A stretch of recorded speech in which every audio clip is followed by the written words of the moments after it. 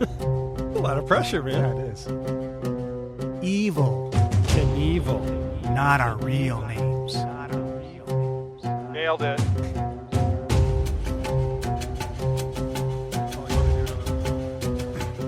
Oh, you want me to do my bit? Okay, here we go. Who are those guys?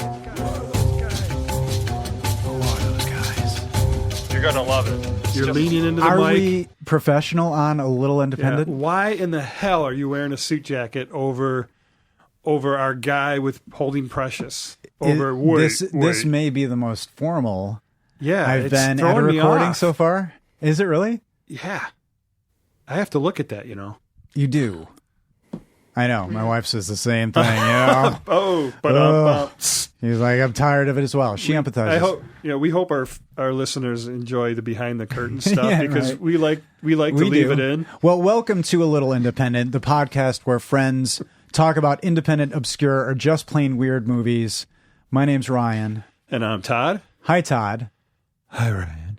Ryan, I'm back in black. Are you? Yes. Look, I'm going to stand up and show you. I'm thinking of that song and that scene from Police Academy Oh, in the Blue Oyster Bar.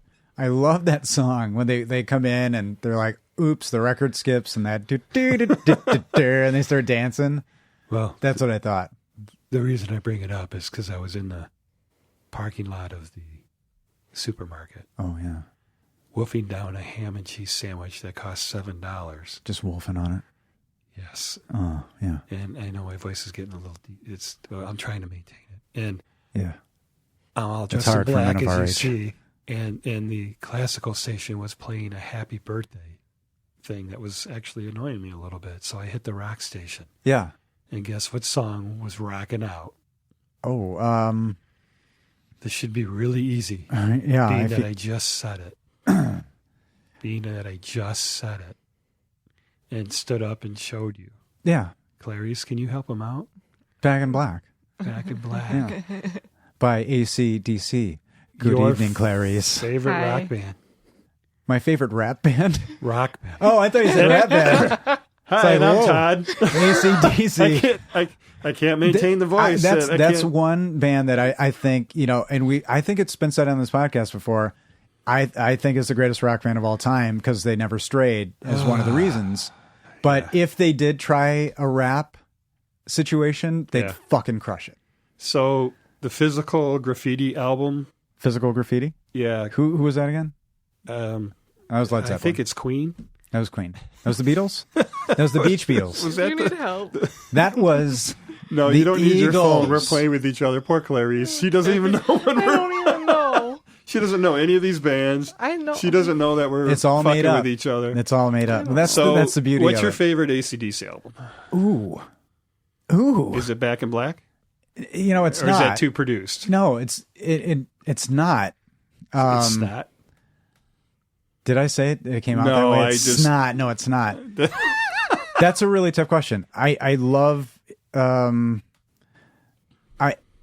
I want to say it's Blow Up Your Video because I have the best. That's an album Yeah. name. Never heard of that. Yeah, I think 89. So it was around the time where MTV was getting big. So Is I it think Brian Johnson It was Brian or Johnson Bon era. Scott?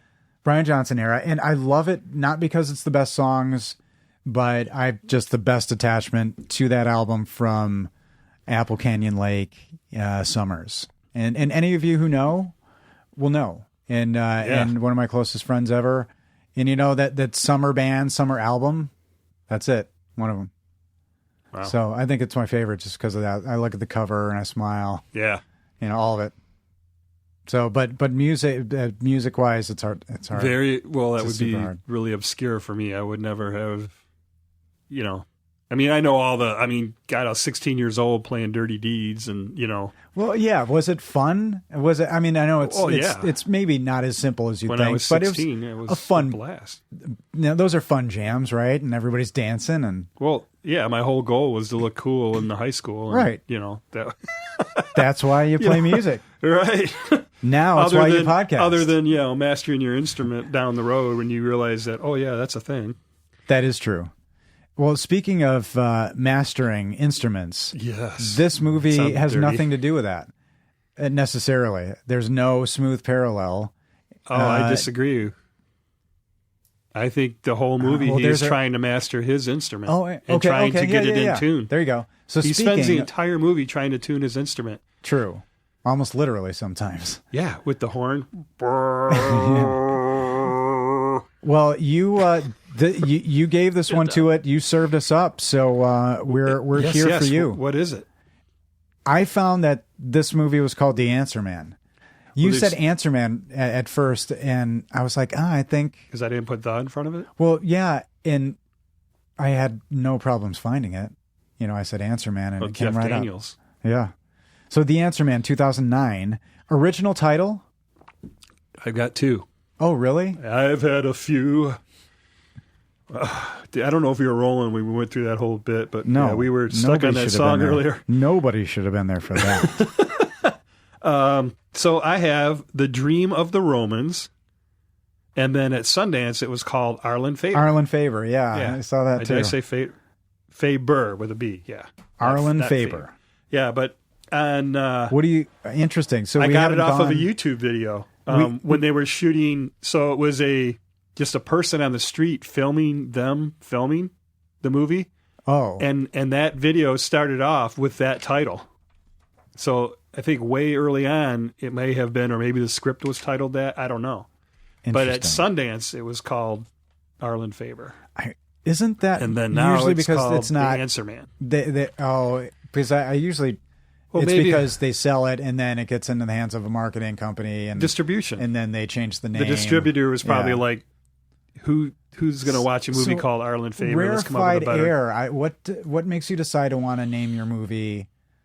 It's been done, and done well. But why do you? What makes you decide to name your movie after The the title. lead character, even if it's original screenplay? It's a tough one to title to, So what's to one of the make you first that want pops to to your watch mind? it. What's one of the first movies? Who the fuck is Arlen no, Faber? no, no. One of the first movies that somebody's name is the title.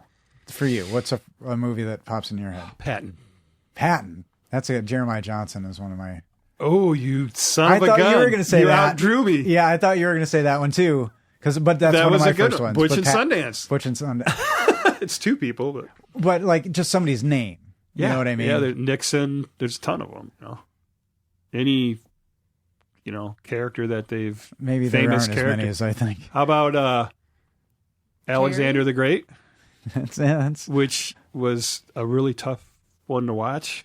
oh, that was blonde-haired Colin Farrell, right? Yeah, well, yeah, written and directed by the Vietnam one, the guy that did the Charlie Sheen Right. Vietnam movie. Why can't I think of these names? Oliver Stone.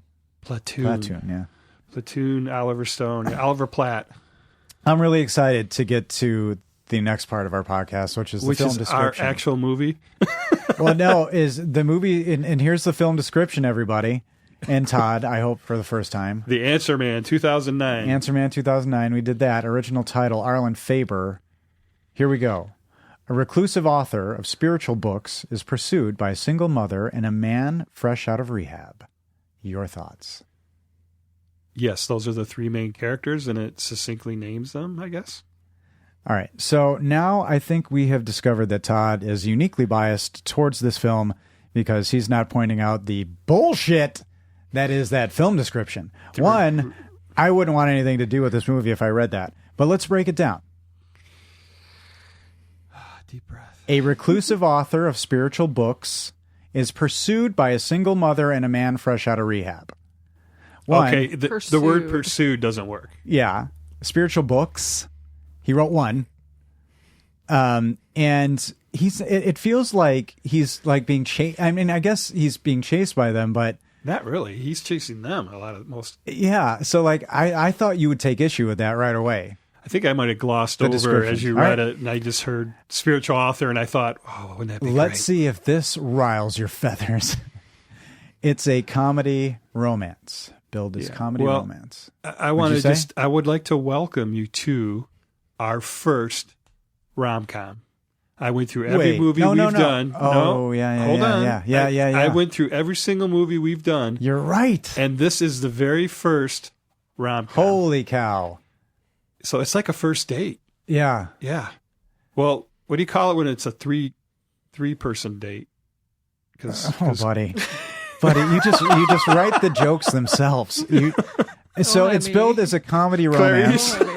She's getting out of the car. Hold on. It's billed as a comedy romance. Would you add now I because I do have some fundamental questions about this. This is going to be a 3-beer one. I can feel it already. I should hope you've had 3 already. What's wrong with you, man? So would you put spiritual? Would you put I don't you know what I mean? Would you put it's a spiritual faith? rom-com. I mean, what would you put that in the official description? And is that So okay, so but it's billed as a comedy romance, and it is our first rom-com, and it does star some obscure actors. This is what's funny, dude. You always bring facetious. you bring the most obscure stuff. Anybody who's keeping track knows that you're the most legit motherfucker on this show, but. Of two of us, so it's define legit. It's so fascinating when I'm just getting the 3rd beer out now because there's no fucking way I'm getting through this. When you bring something to the show, and it's got mainstream actors in it, it doesn't have like 3 million awards. So it was kind of funny to see more of a normal movie in the scheme of things. You mean like a big act, like when we did. I don't know. You're fine. It stars Happy Texas. It stars Jeff Daniels. Am I saying that right? Yeah. So funny story. This is going to be one of those pullback. I was talking with Clarice, and I said, "Hey, our movie's got." I said, "Hey, I just found out Jeff Daniels is 6'3", which blew my mind. I had no idea he was that tall. He's a friggin' giant. I would think he's tall. Just 6'3". Because that's against Jim Carrey, he's got a whole tall. 4 inches on me. Okay, where? In height. Okay, great. I'm 5'11". He's 6'3". I think that's 4 inches. Okay. If we're exposing ourselves, this is not a podcast about Bath, and I'm not here to do math. He would have 4 inches. And I was really surprised by that. Are you? So then she looks at me and she says, "I don't know who Jeff Daniels is." So I start going down the list. I'm like, Dumb and Dumber, nope. Arachnophobia, nope. What was it? I named some other major one. I don't remember now. Huh. And then I go, well, there's this other girl in there from this show called The Gilmore Girls, and instantaneously she names Lauren. And I'm like, because I've never seen Gilmore Girls. I'm not familiar with this actor. Yeah, Jason Mantzoukas, who's somebody I love, and I've talked about a lot. He loves the Gilmore Girls, like obsessed. It's his favorite thing in the world. He talks about it on another podcast all the time, and I've never seen it either. Well, this is where we're gonna send the mic down into the well and let Clarice share with us. So what's your history? You said you've watched every single... I watched every single episode at least twice. Like that. Twice? Yeah. That show, well, how many seasons? I was a girl in the early 2000s. Like, how many seasons? I could tell you 7? How many episodes if you give me 1 second. Where's Lauren? Are we Graham? doing an episode on the fucking Gilmore Girls? Just ride with it. 154 episodes of the Gilmore Girls. So you've watched it twice. So that is I don't know if 302. I'm sure I have 302 episodes. So you're going to be able to help us out because Ryan and I have no clue what the Gilmore Girls are. She did other stuff too. She did other stuff. Yeah. But I just thought that was funny. People love that show. So okay, your hero. What do you think about what do you think the Gilmore Girls is about? Go. Yeah, tell me. I can't because another person at work. Because I'm going to take a guess. I was already told. Oh, you okay? Yeah, another coworker gave me a rundown, a brief rundown on Lauren's. All right, I legit do not know. All right, what do you think? Look it's at me. about? What do you think? Like I had, and I didn't look. And I didn't until 2 days ago. Okay, so, and maybe I'm going to say this is the plot of even another show. The Gilmore Girls. They're a family. They're a young family with no parents, and they're having to raise each other like in a community setting? You're close. Or is that Party of Five? No. Is that Party of Five? I think I don't. Yeah, it's not Gilmore Girls. I'll tell you. Are they like directionless people? Like they have a crew? Are they? Is it a cult? It's not a cult. But is it something like that? No. Okay, that's what I thought it was. The fan base is like a cult. I feel like not. Oh. Okay, I shouldn't say cult. Do they have a nickname? Do they have a nickname? Like brown coats for Firefly, like Swifties for like you're a Swiftie. Not that I know of. Do their fans have a nickname? Not that I know of. They might. Well, welcome to Gilmore Talk, Gilmore Girls Talk here on a Welcome to little the Gilmore independent. Girls This is a podcast. bonus, everybody.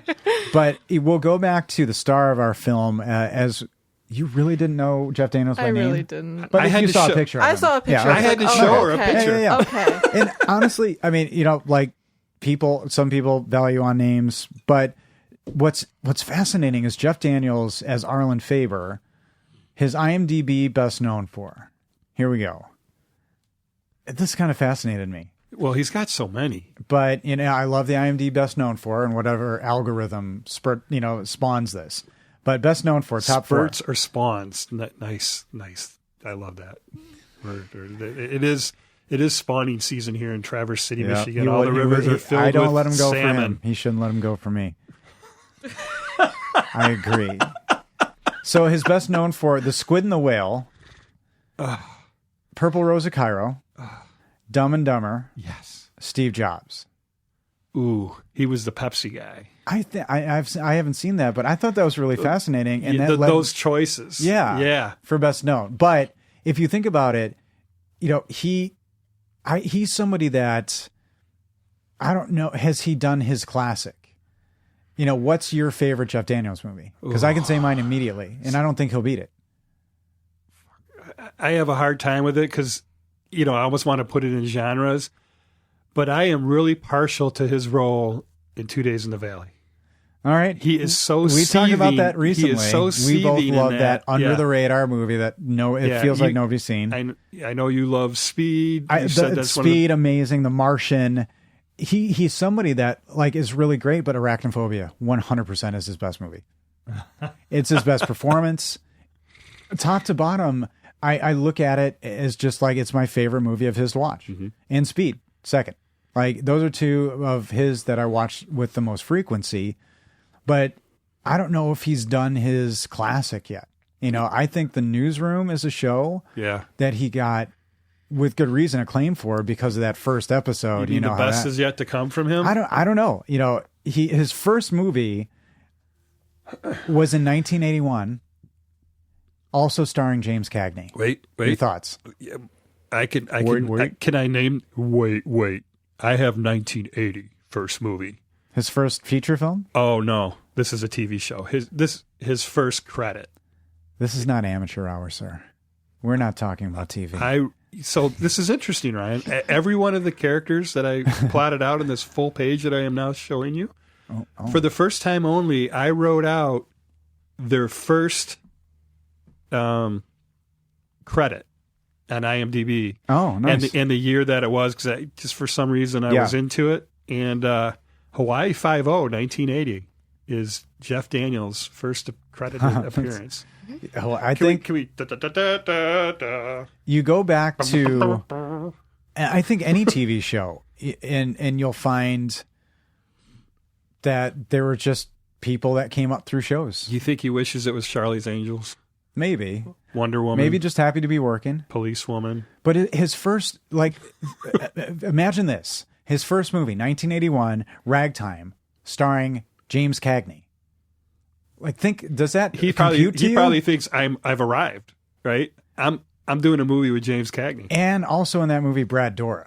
So I think that's pretty fascinating. But Something Wild, I love him in that. I mean, he's in Terms of Endearment. But what I think is really, really fascinating is his character names. Terms of Endearment. His character name is Flap Horton. Flap Horton? What the fuck? I don't remember that. And then right after, he was in Radio Days where he played Biff Baxter. Flap and Biff. So he's like a like a douche from the 1950s. All of a sudden, like Flap Horton and Biff Baxter. Whatever role you can get, man. Look where it got. What? I mean, how do you not show up? You're in a movie. I kind of don't remember his role in terms of endearment, but he's like Flap. Maybe that's a nickname, and I don't remember that movie well enough. But It sounds like something out of Back to the Future. But so he's in. Then you start talking about those movies: Arachnophobia, Speed, Bloodwork. Yeah. And then that's just up to 2003. Mm-hmm. Like all that shit we just talked about. And then, he wrote and directed, and I didn't know this, Escanaba and the Moonlight. I know he knew he was in it. And he wrote and directed Super Sucker. Have you seen that? I haven't, but Escanaba was a play as well. I think it started as a play. Yeah. Yeah. And do you know his writing partner, Guy Sandville? He wrote Escanaba and the Moonlight and Super Sucker with Jeff Daniels. And he also wrote or was in the movie Frozen Stupid. Remember we were talking about that movie? Yeah. So that connection is all full circle. Rich Brower connection. Well, and it's probably all around the Purple Rose Theater. Yeah, I just super fascinating. He grew up in Chelsea, Michigan, 4 hours south of us here. I love that he's a Michigan guy. I think it's cool. Yeah. And he's proud of that. He's also a musician. He's done many. Yeah. He's done concerts here in Traverse City. Yeah, absolutely. Yeah. Very bluesy songwriter. Very, very talented. This movie, as we discussed, also stars Lauren Graham as Elizabeth. And see ya, Arlen. We're moving on. I am really fascinated by her because I watched that show again, The Mighty Ducks, that new Mighty Ducks, and she's awesome in it. Oh yeah, I saw. She is so that charming on the credits and wonderful. She was born in Honolulu, and her parents, Donna Grant and Lawrence Graham, her father, I assume, a candy industry lobbyist. Yeah, I thought that was funny. The hell? What do you do for on the school day in elementary school? And you got to say bring your parents in and say what they do, and that when the dad says his title, the candy industry is kids are like, getting hit by. Can I have some candy? By the dental association and all that they're getting. So he's a guy who has to like fight off. Well, I think the dental association gives them kickbacks. Dentists, sell the crazy candy to the kids. But her first movie was Night Watch, and I love that movie. Do you remember that one? It's early Ewan McGregor, and I remember this is so funny. Is you wrote down the first movie, and I wrote down the first credit, and they're different. Well, this is a movie podcast, but we also talk about their credits. Yeah, I know, and how many they have. It's just my brain just goes into that weird, stupid way. Have you seen Night Watch? Do you remember that?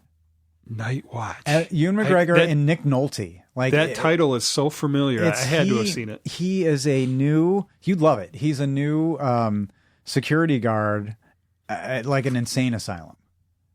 Nick Nolte? No, Ewan McGregor. Nick Nolte, I forget his character. He may be the doctor or something, but it's a mystery kind of horror. I remember a couple of jump scares.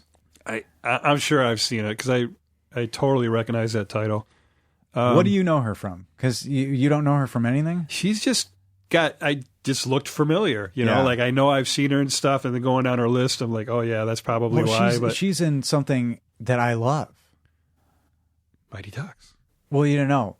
The Pacifier. Oh God. She's also in Bad Santa. Is that the Vin Diesel or is that the Arnold one? It's Vin Diesel. It's Vin Diesel. She's in Evan It's Almighty. not a tumor. Kindergarten Cop? Well, Pacifier, kindergarten, 20 years difference, but yeah. But she's my point is, and I don't know why I'm saying this, but she's in all these movies and I can't always place her, but whenever I see her, I'm like, God, she is just really fucking good. Yeah. And she did Guys and Dolls on Broadway. Yeah. In same year as this movie. She's charming as shit in this. So her first credit, I have to do it. What is it? Is it it's TV? It's a soap opera that has been on for decades. Soap opera? That's just what I call them. That's my Taylor Tucky right there. Soap opera. Soap we opera? always call them soap. That's amazing. It's not a soap opera. Yeah. It's a soap opera. Soap opera. It is, you want to guess? One that's been on for decades. Okay. All My Children. Fuck. Is that it? Fuck. Yeah. How did you do that? That's the only one I remember. There's like As the World Turns. What year? Right? Ooh, no, wait, 1982? My favorite comedy from Jeff Daniels. 84? 94. Or 94. Is the year she was in it. Wow. Her first credit was All My Children, 1994. Shit. Lauren Holy Graham. shit. I really didn't look at that. It's one of the only ones of the name that I know because I think my mom used to watch it. Yeah. All My Children. Yeah, mine did too. Also starring Lou Taylor Pucci as Chris. Had you ever seen him in anything? No, I didn't. A lot of his pictures though showed him with long hair, so he looks different. He looked different. He also is in something that I really, really, really like that I just didn't connect with him in. His first movie, 2002, Personal Velocity. Well, that's also his first credit. We finally come together. Look that. Did you look? I feel that like one getting up? my bass out and playing "Come Together." Did you look at how that movie? It looked kind of crazy. Yeah, it made me want to kind of watch it because it sounds like, because I know Terminal Velocity is one of your faves. Oh, that crazy! And it made me think of that. Yeah, but it's not. He was in Thumbsucker, which I never saw, which was a huge Thumbsucker. Yeah, with Tilda Swinton and Vincent D'Onofrio. Because that was a really big one. I think it won some awards. Fuck, Tilda Swinton. I know that name. Yeah, I never saw it. But he's in Fanboys, which is a movie I like. But he's in one of the remakes of Evil Dead. And he's I saw really that. Good in it. And I'm like, and I haven't seen it, but I knew you would be. And I went back and I watched a little of it. He's really good in it. That's a really good movie. Is it a good remake? Yeah. Because the original's the cult of all, classics. And he's, again... The cult of all classics. But did you track the movie Ava's Possessions that he's in? No. It looks like it's a comedy horror, maybe 2020, about... With an H? A girl recovering from a demonic possession. So she's like... Megan? Isn't that one demonic one that's out right now? Oh, I don't know. There's a lot of them, but I like the idea. It's a creepy doll one. Yeah, there's too many. There's all that stuff. But the idea of like a girl's, like the aftermath of recovering from a demonic possession, like, oh, sorry, I puked on you or something. Like the premise is so fun. the demon has been cast out. Yeah, and now she's like back into life after in recovery. Yeah. So 2002 was that movie Personal Velocity, his first credit. I got to get it in there. If I'm going to do the work, I'm going to say it. and I'm being like, ladies I'm glad and gentlemen, I can entertain you guys. Here is an entry into Todd's psyche. He's burying himself in front of us every day. I learn something new about you every time. I love you, man. I know. Lou Taylor. Am I supposed to say I love you back? He's also in Moon Manor with Ricky Lake. He's in a movie with Ricky Lake. Remember Ricky Lake? Wasn't she on a talk show or a talk show? She was a talk show. I think I like her. I don't know why. She was in Hairspray. You think you like her? Yeah, I think she's wonderful. I don't know why. He was in a movie with her. Yeah, called Moon Manor. I just thought that was interesting. What year was that? You know, that's a detail that I didn't give a fuck about. So I didn't write it down. Sorry. Okay. So did that okay. That was mean. Yeah, it was. Yeah. I don't know. I can take it. It will, I will fling the feces back at you. I really do. I'm going to be like a monkey in the cage and start flinging it back at you. This also stars Olivia Thirlby as Anne. Did you know her from anything? No, but I do know that she has trained extensively in classical Shakespeare, which I found amazing. Another actress who's in things I really like that I just didn't call her out on that. I'm just hitting it out of the park.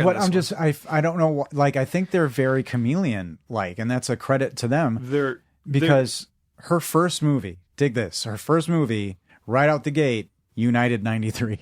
Yeah, that's what I got. How I don't know, like 2006. 2006. United 93. I'm all about the years. 2006 is United 93. So she gets cast. Yeah. In the year 2006's United 93. You have to be excited about getting a movie, but like, what a heavy 5 years post. What a very right? heavy 'Cause it's- thing to be doing. And it's still super fresh in everyone's mind. I can't imagine. Yeah. And then she's in Juno, which again, Yeah. very, very heavy. And I don't remember her from Juno. I mean, I've seen, it's been years. I don't either. She's in Dread. Yeah. Talking about another remake. I wrote that down because I know that's one of your faves. She's his partner, and she's like central in the Oh. movie. She's the blonde hair. Shit, the Sandra Bullock Yeah. character, like remake? Yes. Correct. She's really good in that. Am I swearing a lot tonight? You I feel are. like I am. She's also in. Sorry, kids. She's in Chappaquiddick. Which now Is that a monster? no, no, it's the old Chappaquiddick coming for you. Or is that the Kennedy thing? That's the Kennedy thing, and Pulled that one out of my so keister. Ha! No swearing here. well. I mean, neither of us were very politically active at the time that happened, so No, it's all good. and I, seen So documentaries on that. it's about that 1969 car crash, Ted Kennedy, but part of me feels like it's one I haven't seen, and I love a true story, but like, really? Does she play the girl that drowned? I don't know. Okay. But like, that's an we're down to making movies about that. Like, I'm sure there's interesting stuff in it, but Well, what a topic. I mean, she's in a couple of huge downer movies, United That is true. 93 and then And she doesn't get the best treatment in this, I'll be honest. I guess.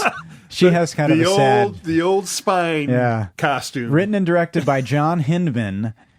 Had you... why did you... I am really disappointed, Ryan. What brought you to this movie? Why did I... Oh, I'm hugely disappointed Oh, because who did I leave out? the reason, a huge reason why I picked this movie was for you. Because for me... Yes, and the reason I did it for you because your girl's in it, and you literally just skipped over her. Kat Dennings? Yeah. Yeah, well, I mean, there are some... I just want to... I kind of focused on the main characters there. You're but trying to avoid Nora sharing your Dunn, love for her. Kat- I've heard you I mean, talk about her on more than one occasion. Yeah, and everybody does now that she's in Marvel. But I liked her before She's that. in Marvel. Oh, She's yeah. a broke girl. Absolutely. I have broke been a girls, fan that's- of hers that's for a her long thing. time, but now it's just boring to talk about because she's in Marvel and everybody likes it. Everybody likes her, but she's super talented. She's in this, and she's a character that doesn't need to be in this movie. Like, there's no reason for her to be in it. She doesn't serve the story. She But doesn't. she's adorable, so. Yeah, and she's I just did- like adorable. She is, So and it shows her. adorable people can't be in movies. Well, like she doesn't Okay, how really about serve this? the movie moving How forward. about this? Or move the story. Who else has a sidekick Who else has a sidekick in Yeah. life, in movies? in this movie? You have Elizabeth, played by Lauren. She right? has her She's the son. main character. Her sidekick is Anne. Then you got the third main character, Chris, the bookstore owner, Who has the sidekick? who has a sidekick Right. of Dahlia, played by Kat Dennings. Yeah. So both of them have sidekicks, and then our lonely recluse has no sidekick. Kind of all, it's script. It goes with the Goes with the recluse territory. If he had a sidekick, it would be odd. Yeah, but I mean, Lonely I recluse think with it's only cool one how sidekick. he paired those up. Yeah. They each have and then it gives them a little more depth Yeah. of character in the conversations they have and such. That is true. But Clarice, I think you hit it on the nose. She is adorable, and the smiling in the background, and when the mean guy comes in, she backs away and gets lets Chris take over. Like, I'm not dealing with this guy. It's like perfect hospitality setting there. How did you find the movie? Did you know the director? I had not seen anything he'd done. Or I mean, he hasn't done a lot. This is his first. This Yeah, is his first writer-director movie, and Jeff got the script through various channels, and when he read the script, he loved it, and that's why he agreed to do it. Jeff. Yeah, he's Y'all my are tight. bud. I loved you. Yeah. He acted in La La Land. He was an actor in a Academy Award winning movie. He played a director in La La Land. So he's acted in an Academy Award winning movie playing a director, which I don't know the story of how that happened, but that's pretty fun. No, but it's amazing that he wrote such a powerful script that he was able to get Jeff, because their budget was nothing, right? He got Jeff. And he got, Look, I know him. and he got Lauren. And Lauren was intimidated by Jeff. That mofo is 6'3". Just his size alone. She's 5'9". The tagline for this movie. I'm getting all my notes in. Go, my brother. Maybe we should do a segment where he just runs them down, like a rundown, like. The Are you flinging again? The minutia minute. It's getting wetter. You should. It's getting grosser now. The It's like- tagline for this film. yes.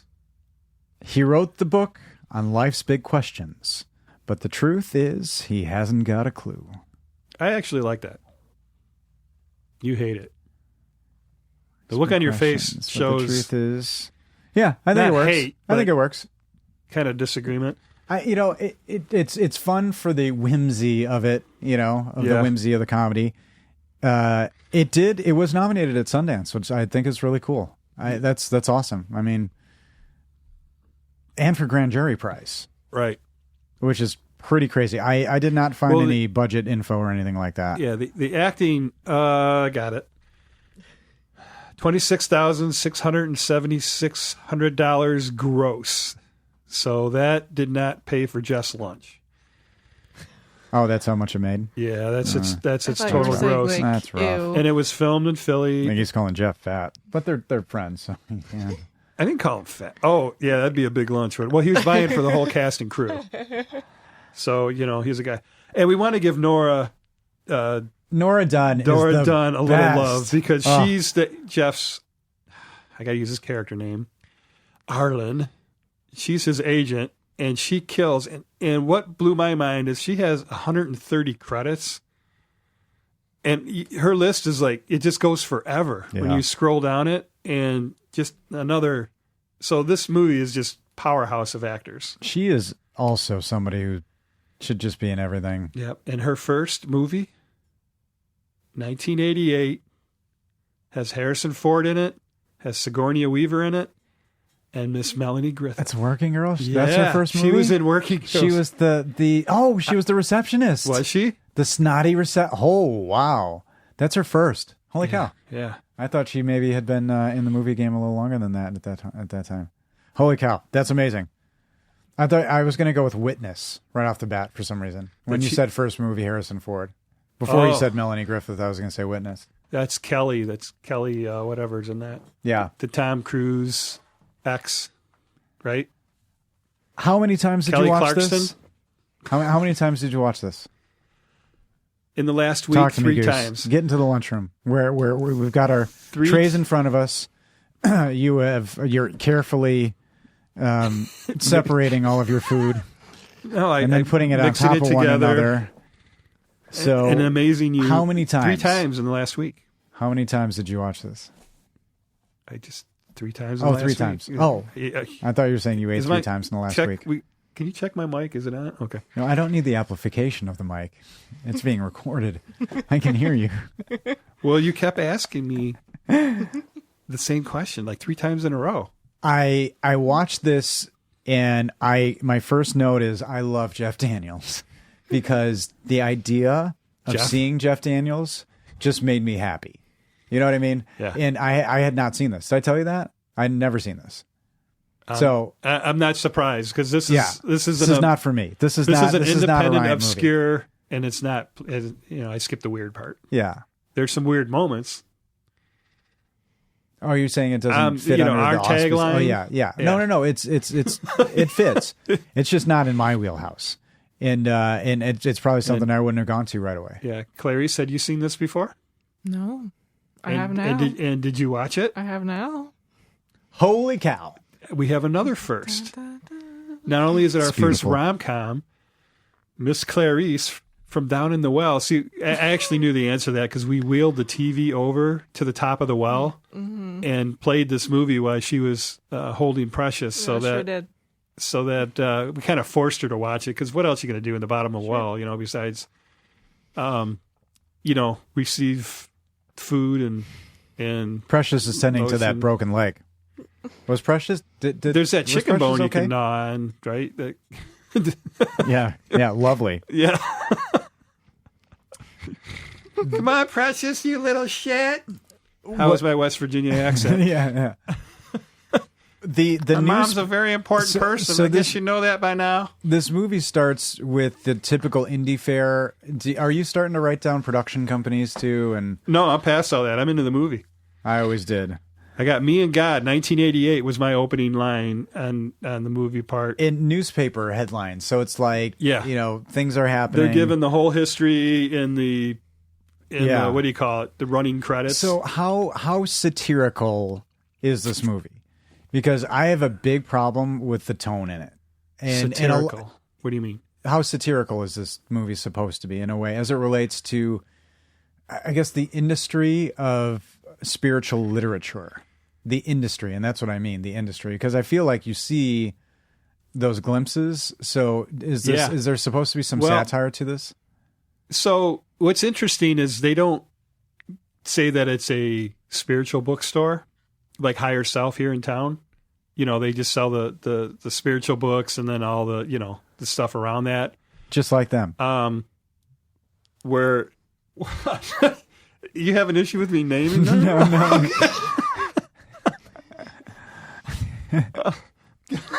You're just Do I really, have to say not a sponsor? No. You're just really talking up Traverse City tonight. I love it. Well, It's great. why not? And it's okay. Jeff Daniels has appeared at the Film Fest and performed here.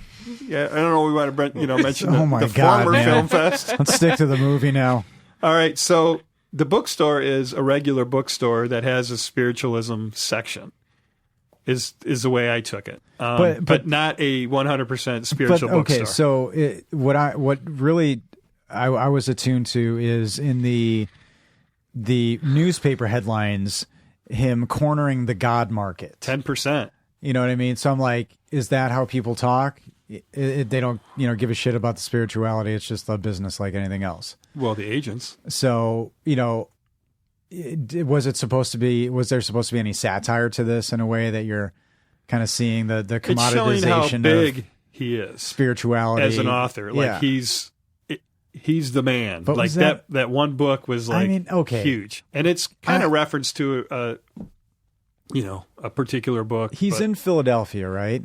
correct. And I've seen God money. Like, that shit's insane what those people make and steal and take sometimes.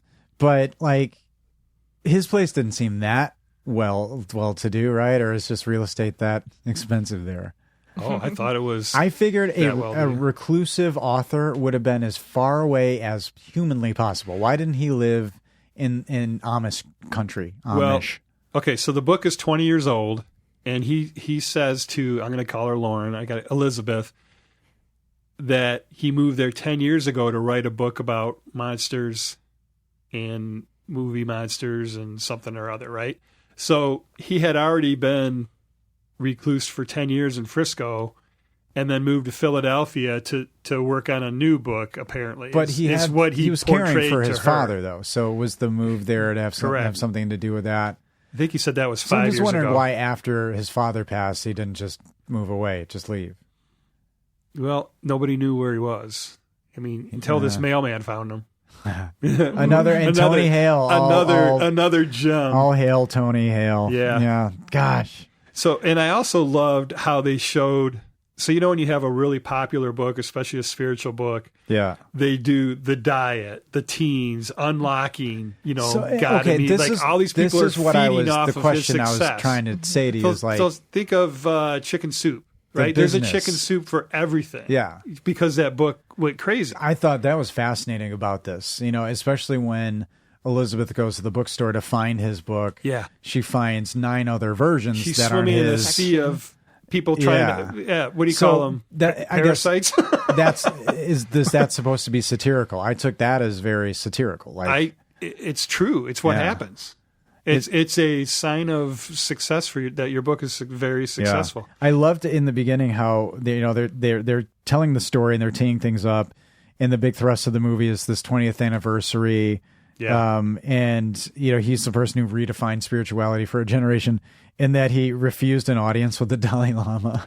Yeah, and that's his agent delivering That was those funny, lines yeah. to a guy that wants to He interview refused him. an audience with the Dalai Lama. Yeah. I was like, He is beyond all yeah, materialism Yep.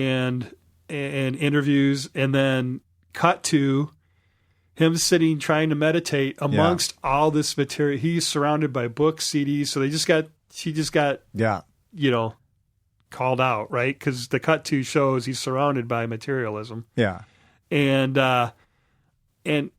if you didn't laugh out loud, I'm going to be extremely disappointed so he's sitting there, the camera's on his back and he's in meditating. The doorbell rings once, twice, 3 times. And then he literally jumps up and explodes with this motherfucker, fuck, cock, suck.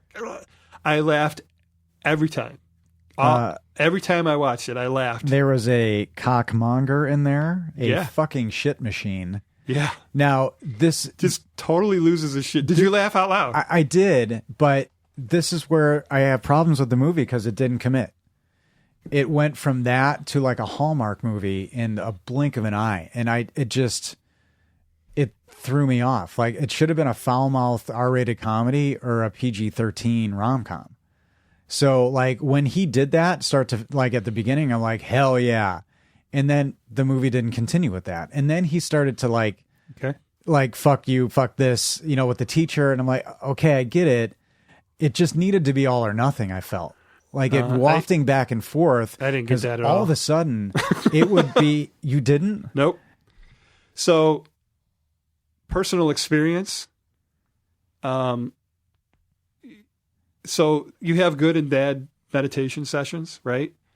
So this guy has been frustrated for 20 years and is trying to get into, a deeper state of consciousness and meditate. And he's coming from a place of frustration, so it's much more difficult. Right. And he's probably in that opening, he was getting there, everything was pretty calm and they were playing the woo music. And then I've had it happen to me because I'm in a very frustrated place, and then I'll try to get to a better place of tuning.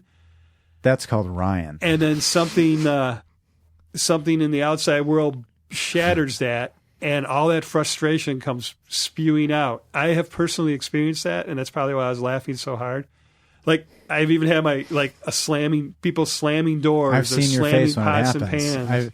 I get that, but no, you don't, because you've never meditated. You don't know from where I'm speaking. Well, that feeling of frustration, that's what I feel all the time. In various degrees. So, but different way of thinking. This is why we're friends.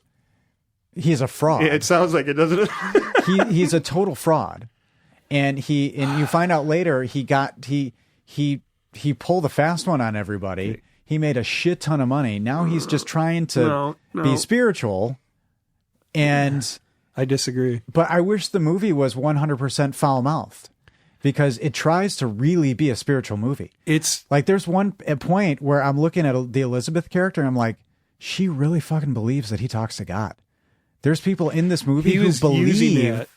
No, and I get that. He was using it. But there are people who believe that he talked to God. Not that he's just interpreting, that he's clever, which he is. That's all he is. Well, but there are people. Define talking to God. Do you actually hear a voice, or is it inspiration? Either way, but would you agree that, like, she felt betrayed and wants to walk away from him because she thought he was interpreting messages from God? That's how he presented his book. And he may have been. Why he couldn't write a second.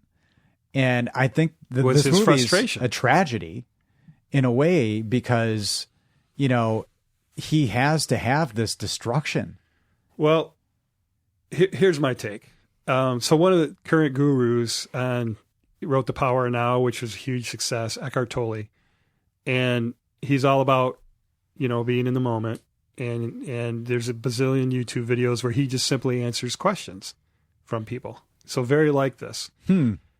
And he became awake, aware, or his level of awareness started from massive suffering. He was suicidal and on the verge of suicide when he got an inspiration, clarification.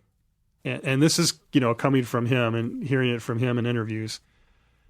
So this is similar to that in that he describes how the pain and suffering he was in from his dad's getting his illness, and he was screaming to God for help, and he was completely at his wit's end.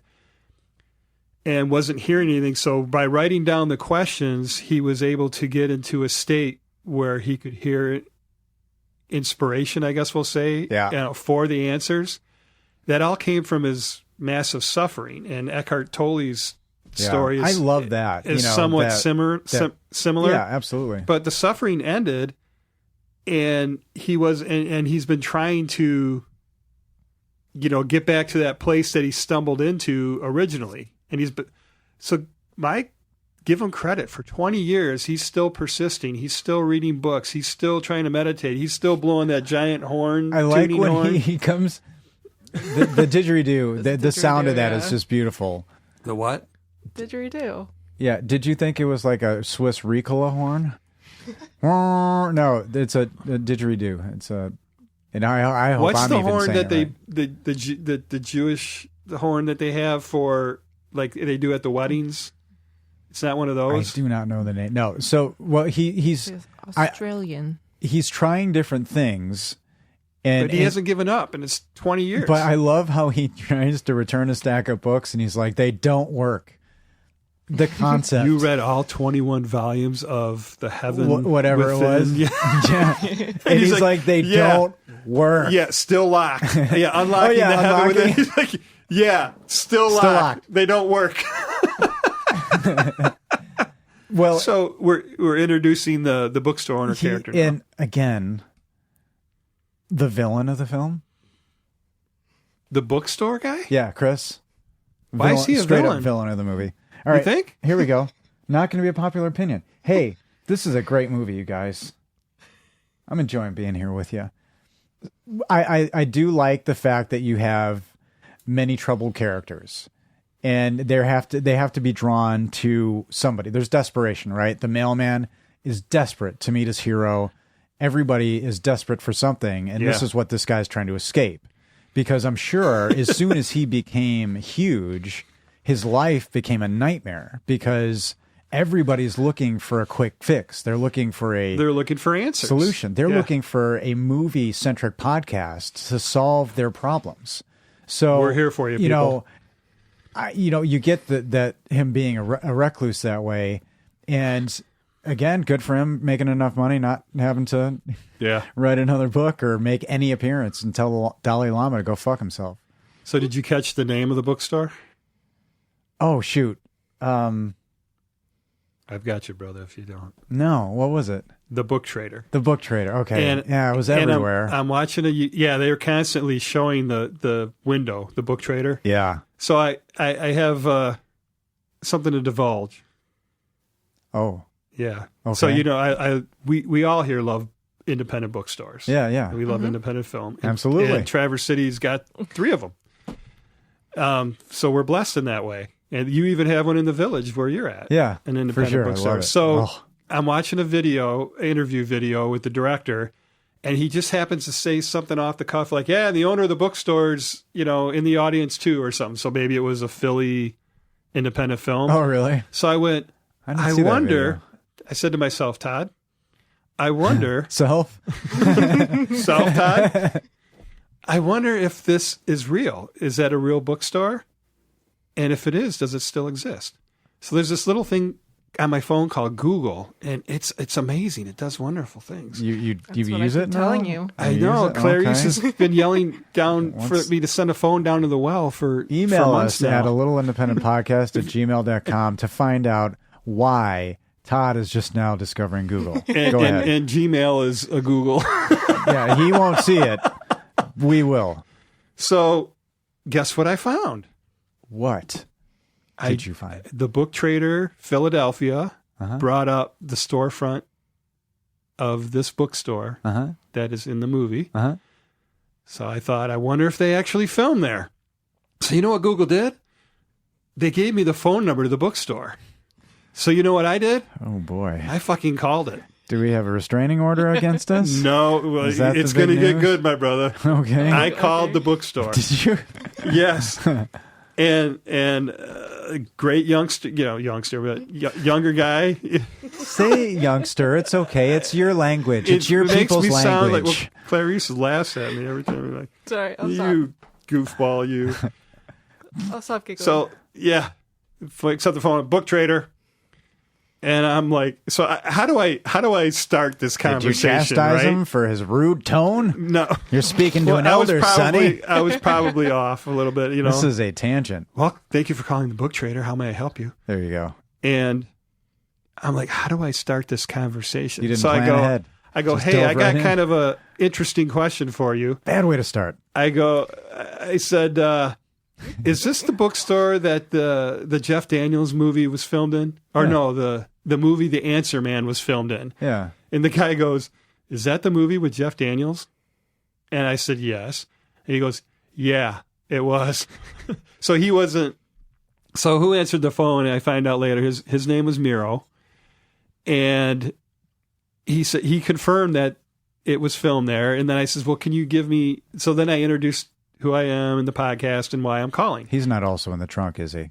No, I didn't. I don't drive Okay, to sweet. Philly. That's too far Sweet, for me. man. You know, I don't drive that far. Thank you, baby. The worried look on your face. Am I going too far? Wait till you hear about Lauren. Oh, it's going to get real good. Oh, well, I'm not opposed to that. I think I have a huge crush on Lauren Graham, to be honest. If she so- was in the trunk, we would. Yeah. You would be in. Okay. Yeah, I'd say a very hearty, I'm very sorry for this. And Could we do a take me with Lauren? we cannot, no, No. no, sir. No. So back to the story. Miro tells me he wasn't there when it was filmed, but Really? he knows, of course, that because that's like their thing, Yeah, right? it's something Jeff fun Daniels to filmed talk this about. movie Yeah, there. for sure. So he tells you, he goes, but Charlie's here, and Charlie's been here forever. He's in the basement. Oh boy. Yeah. Just like And me. he goes, if you hold for a minute, I'll go down in the basement and talk to Charlie and get you some sound bites. I'm like, hell yeah. Wow. So I'm holding, and it was a while. I mean, it was a good like a full minute, right? 2 minutes probably. Uh-huh. And I'm thinking, Charlie in the basement, what's going on? So a bookstore, right? He's probably sorting through, the used material that's come in, and When they take his gag off and let him like roam around. poor Charlie. So Miro comes back to the phone, not with Charlie, just him. So he came back with Charlie the information. died down there? Charlie didn't leave the basement. Oh no. No. Okay. So Charlie's been there since the beginning. He's in his 80s. He's an That's awesome. octogenarian, I think he called him, if I got that right, because it was a term I hadn't That heard just before. means somebody in Did their you Google 80s. it? Right. No, I had him explain it. Just means somebody in their 80s. And that's what he said. It sounds like a sex thing. I'm like, Oh, what is he like in his butt? you're like Ryan. You're giving me, I got to look up the words yeah. you say. Yeah, absolutely. And so Charlie didn't come to the phone, but Charlie's been there since the store opened. He's still volunteering and working in the basement. Wow. He's in his 80s. God bless him. You go. And here's what he had to say. Very short and succinct.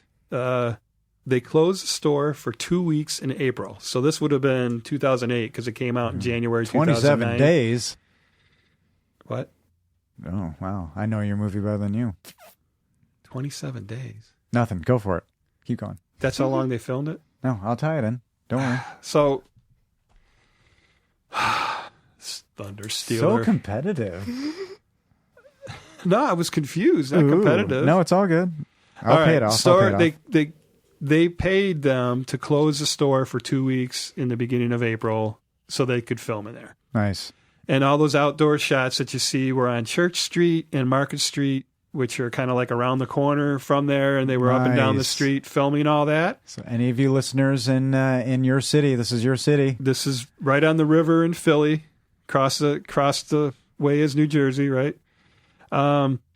Yeah, so the store got paid for those 2 weeks to be closed down. Nice. The store has moved. It was originally on South Street, and then now it's on I wonder what their budget current was location. for the location. what I you don't. know? He didn't say what they paid him, to be closed those 2 weeks. Yeah.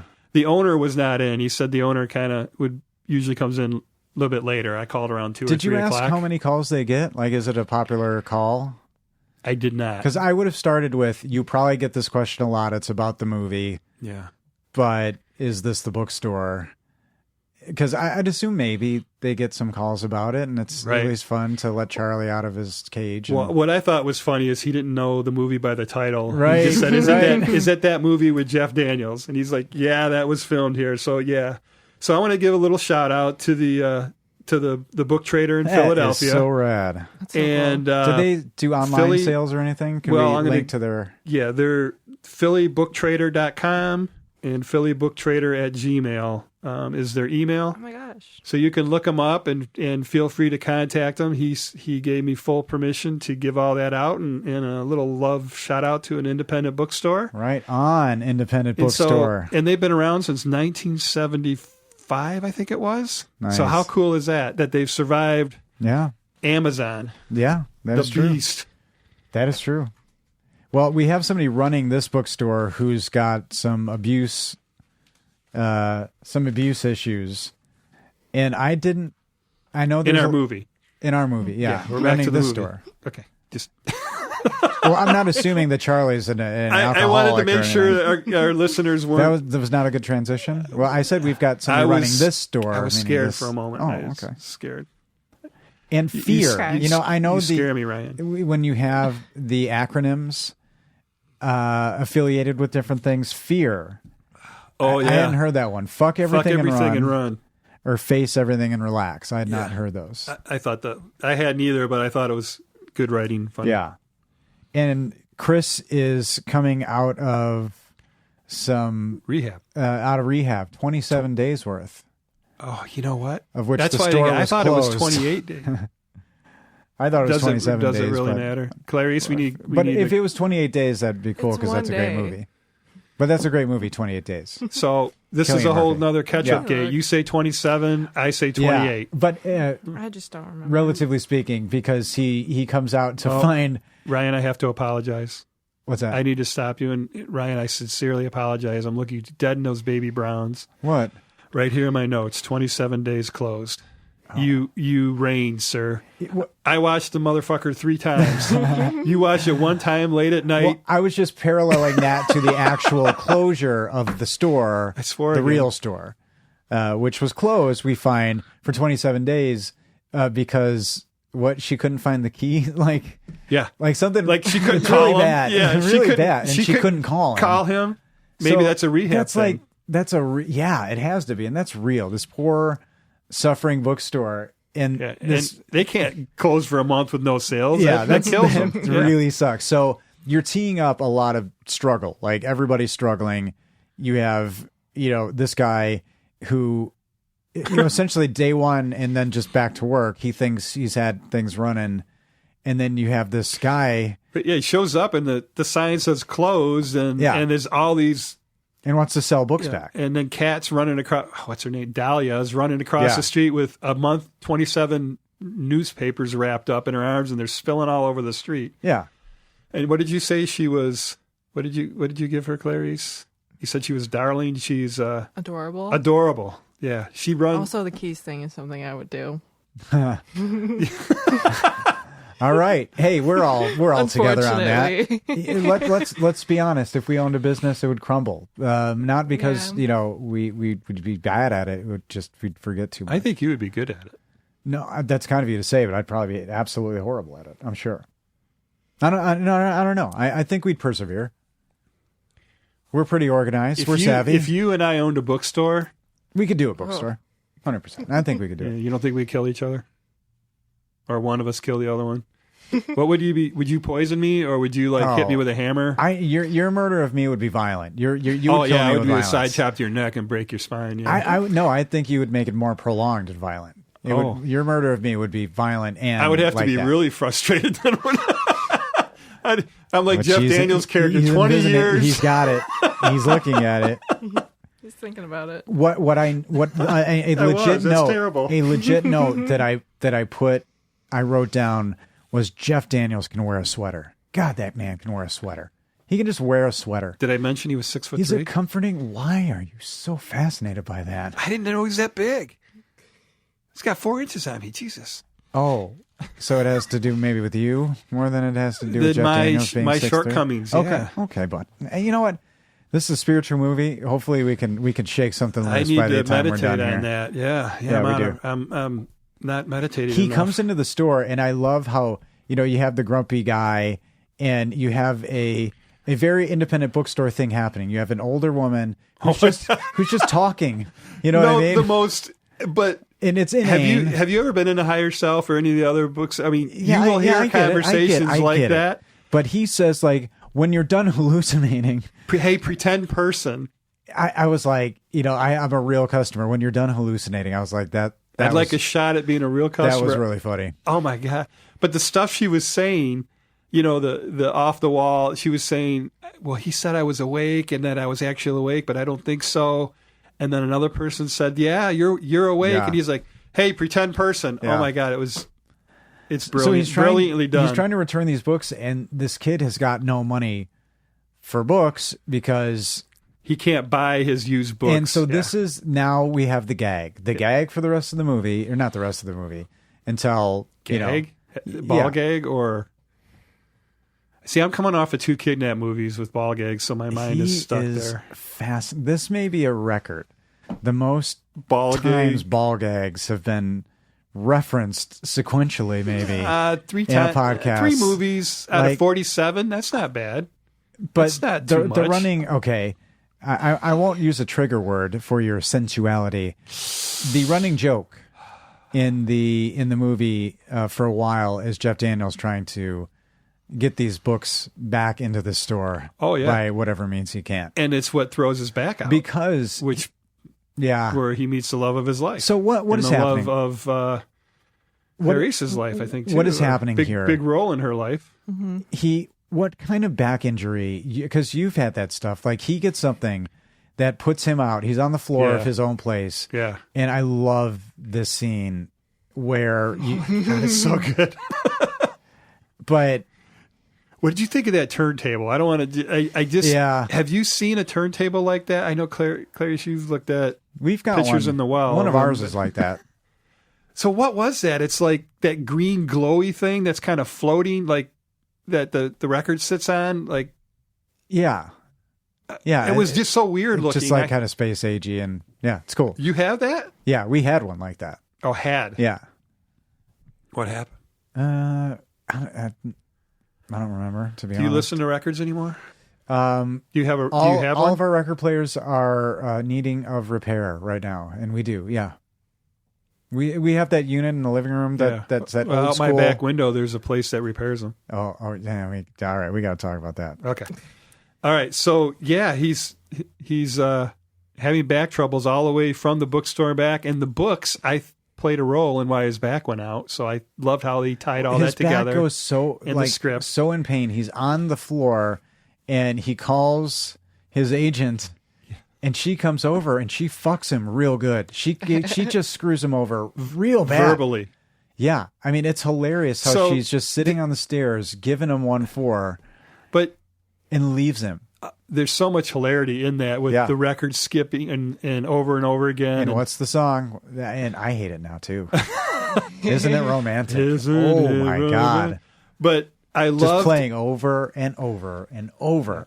I loved how they filmed him waking up on the floor and just seeing her shoes. I thought Yeah. I really loved the way, and then up to her face, and then she just gives. Yeah. I mean, she might even steal the show in this movie. She's so good in her scenes. Yeah, because she's like, ask God for help. Yeah. Yeah. Well, she's put up with him for 20 years, turning down the Dalai Lama. For Christ's sake. What is she How was getting out of Get it? his, For Christ's sake. his business? Hat. I think he needs his own hype man. I think he does. Maybe just He's somebody looking at me, that I'm next to him, like, yeah, go boy. Oh, is that what they call them? I guess. I don't want one of them. Can I have a Robin? Can I be Batman? What I'm Batman. when he gets himself together enough to crawl. Now Well, she leaves him. she She leaves him. says, yeah, she said, she says, ask God. and he's in the help city him, of 'cause he brotherly won't- love. He's in the city of brotherly love, Yeah. and he crawls all the way to this thing, and nobody. Now this is where you suspend your disbelief a little bit. Nobody Across the street. Yeah. looks to help him. He crawls on all fours for what, 5-6 blocks Yeah. conservatively. Yeah. Crosses a couple of major intersections. Yeah. Nobody gives a shit. No, they about him. just look down at him and keep Yep. talking. So what movie is that where Ghostbusters, where he's getting mauled by the rabid dog outside the glass restaurant, window everybody of goes the, back to of the eating, yeah. fancy restaurant, and they Yeah. all just glance over and then And go back to their eating. meal. Yeah. Fucking dog out there. Some guy just got eaten. Shit. Fuck him. It was a nicer restaurant than that. I think it was. But Look at that poor fellow Oh, getting Biff- eating by a monster. Biffy, did you see that? Miffy? Biffy. Biffy? I don't know. What? Give me a name. Weren't your parents supposed to do that? All Oh, right. they did. That's from Loaded Weapon. That's a John Lovitz joke right there. Nice beaver. Into it. Non Is that the wrong sequiturs movie? aside, yeah. So he crawls, and this is our meet cute, right? The meet cute of the movie is him crawling into. Yeah. And again, Caesar shoes. Well, you Or you their have, shoes. You have the receptionist who was, you know, Anne Straight out of high school. is a little bit, you know, She's so not that naive. worldly. And I love how So he's naive. he's so fucking mean. And she walks back and she's like, he's a little disgruntled, and not. This looks like a medical emergency. Do you think Anne was like you when you first started in hospitality? Do you think you were kind of Oh, You were yeah. never like that. probably. compared to how never you like are that. compared to how you are Yes. now? You were unaware of what the world was like. I didn't know. Yeah, what you were getting into, I didn't know. and we all knew and felt bad for you. Thanks. But did you relate to her? I think at my very first job, more so, yeah. Okay, because she's like, she's going down the protocol. She's like, well, I need to take your picture because, you know, the guy's on all fours on his deathbed. And she's like, I need to take your picture because that's what we do with all that's new what patients. we do with this. And he says, when I could stand, I will kill you. I will kill you. And then she runs back to the chiropractor and says, he's going to kill me. So there's something about this movie that I didn't know I enjoyed. It's a new idea. I'm going to lay it on you. So very confessional. Okay.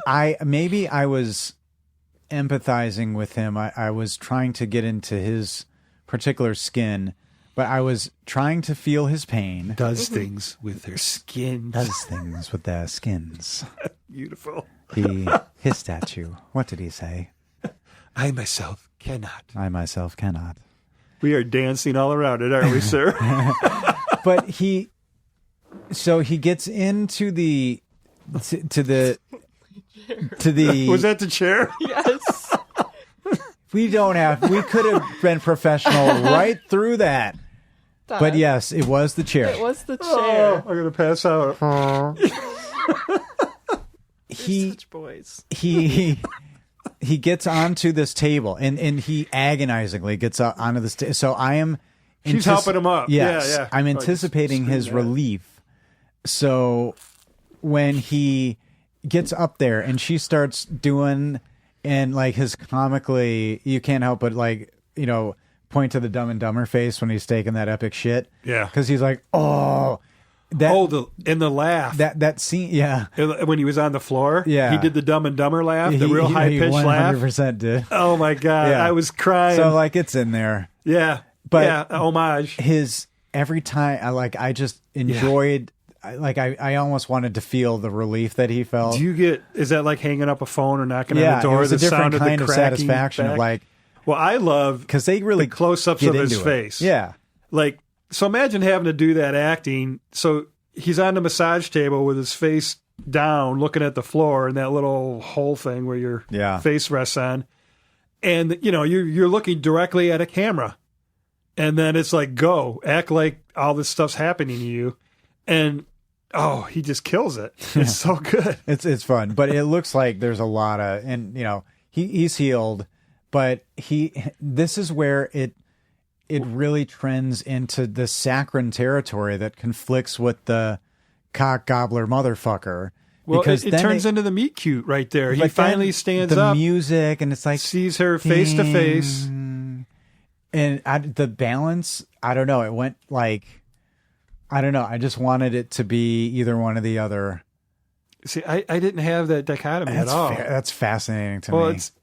it's our personalities. I Maybe think. I'm just getting old and Maybe you just want a lot of swearing and motherfucking and or just the other, cock, all or nothing, manger, all or nothing, monger, yeah. or or none of it. Yeah. yeah. And I don't know a movie that does strike a super great balance with that. I can't think of it Well, right now. we need a ruling, Clarice. What do you feel? Did I don't like any of that people when it's affect not you? Like this. Not everything's a game. He's very You're competitive. very competitive today. So are you. See what you did there? She's like, I'm not taking sides because that would be medicine. competitive. Take your medicine. I will say that I thought the score was really lovely, like the piano score, but it was very And different. piano has something to do with Yeah, the movie. and I which like how it tied in. Yeah. Also, It did. so I thought that was Because great, there's something but to it him. If you was- don't stop playing that song, I'm going to chew through my wrist. Yeah. Yeah. It's just coming up. Yeah. So Tony Hale, the mailman, is stalking him, and I like the idea of how he captures the Is that his real name? the mailman. Oh, the actor Tony Hale. Tony Hale. Did So- he have a character's name? I didn't. Probably. I can't think But of it right I love now. how but he tricks him because this guy is obviously starting to loosen up already. His back. yeah.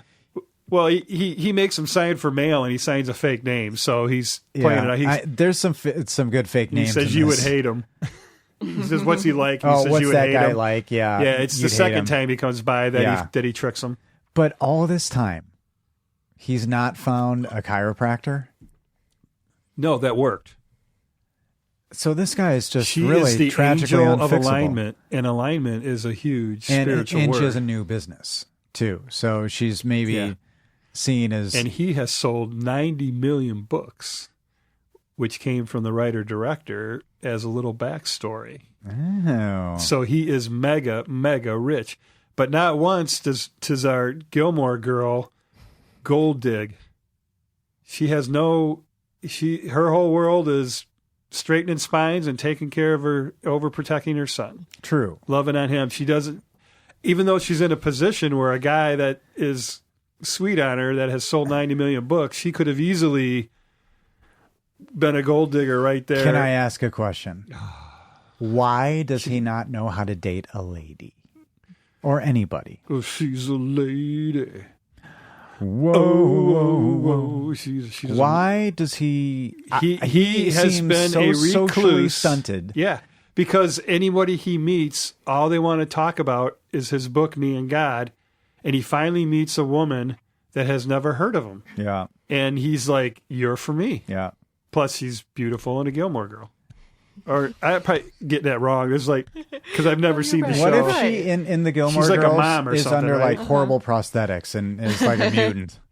She's basically the same character in that show that she is in this So movie. that's It's pretty, that's it's what, pretty I similar. bet that's the case because she's like a really sweet mom in the Mighty Ducks.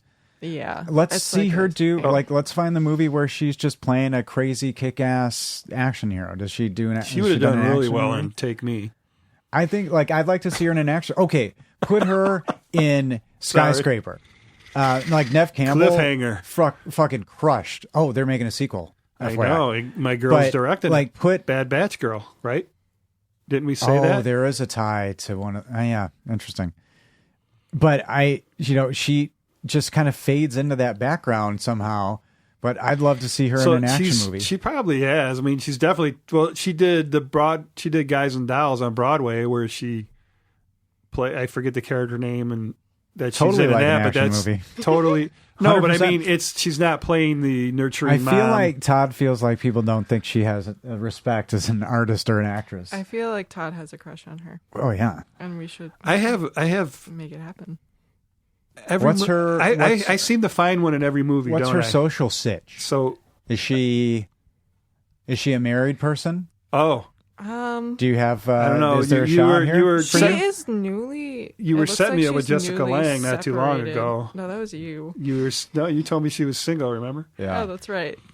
It looks like she's not in a relationship right now. That I can tell. No, that's Oh. awesome. Well, when I get to the phone call to her, that'll explain a lot. How does she? I find it fascinating that they find themselves as a little bit of a couple. She introduces him to the son, and what I really dig about this movie is the fact that they start to kind of this is the thing. It's going to be a romantic comedy. You meet them. The fact that he has these theories about kids that I think are really cool. I love, how he. It was a great line. Yeah. I didn't write the whole thing Yeah. down about how they're. Do you have Yeah. it? How they're. Not really. They don't know anything, Yeah. and they have to survive on their creativity. Yeah, that's what it is. And they have to do it in a world of giants. That's it. Yeah. And after, he's starting to open up because the mailman, recognizes him and he gets one question. So you start to see that he is a pretty intelligent guy and he has intuition all over the place. Yeah, but he's just reclusive because of his popularity. Yeah. But But everybody takes his word as bond, as scripture, as it were, and that's the problem. I think that's really fascinating. That's his pressure, and that's the problem. and that's what the spiritual book buying community has done. They have put him in that stat. I mean, 10% of the market. So that's why I'm saying, huge. the It's, satire in ridiculous. this. That's what I kept on honing into, is the world of this, the commoditized, version of self-help. There's so much money in it that it just, and so much popularity in it that it ruined this guy's life, apparently. Yeah. So much so that he didn't know how to ask a girl on a date. Right. I'm catching up with you in my notes. Am I taking a drink? I do Wow. Behind the scenes. Yeah. Well, here you we love are. it when I flip pages and I'm like, all right, where did Ryan jump Yeah. to now? But he is ingratiated into her life a little more. He has these great theories on kids. I like at one part, he's talking about what he really wants to do, and he says he wants to find a cure for people who listen to techno. And so he's talking more about just finding what makes you happy. Like, it's you have it. Follow what he bucks trend a little bit, especially when he talks to the teacher. Yeah. So he has an issue with organized authority. So the fact that he's the spokesperson for God is odd, because that's predicated on a whole bunch of rules, but he seems to, you know what I mean? Well, he hates that he has that title because he does not take interviews. He does not do press releases. Because he's a fraud. He does not do book signings. Because he's eventually going to have to either lean into the fact that he's speaking in the conduit to God. He could simply use all his answers from the book for any of those interviews. He doesn't want to be. Yeah.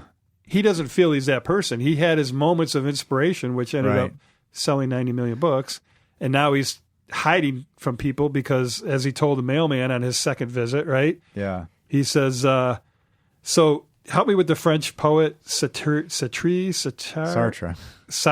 So why do you?"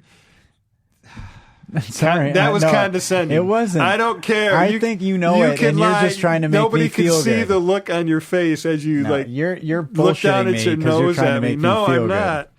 I love the French, but I can't speak it yet. Hell is other people, and that really sums it up. Infamous. I don't know if he actually wrote that or not. He did. Oh, and it's what he's best known for. Oh, then he does the. Why do you think I like him so much? Because you could say his name. Well, there's different philosophies. Existentialism kind of comes to play in that, and I started to read a lot of that stuff in college. One, because I thought it seemed really smart. You were And in two, psychology, right? I started to really like it. Like I really did, like some of those theories, and it helped with writing music and,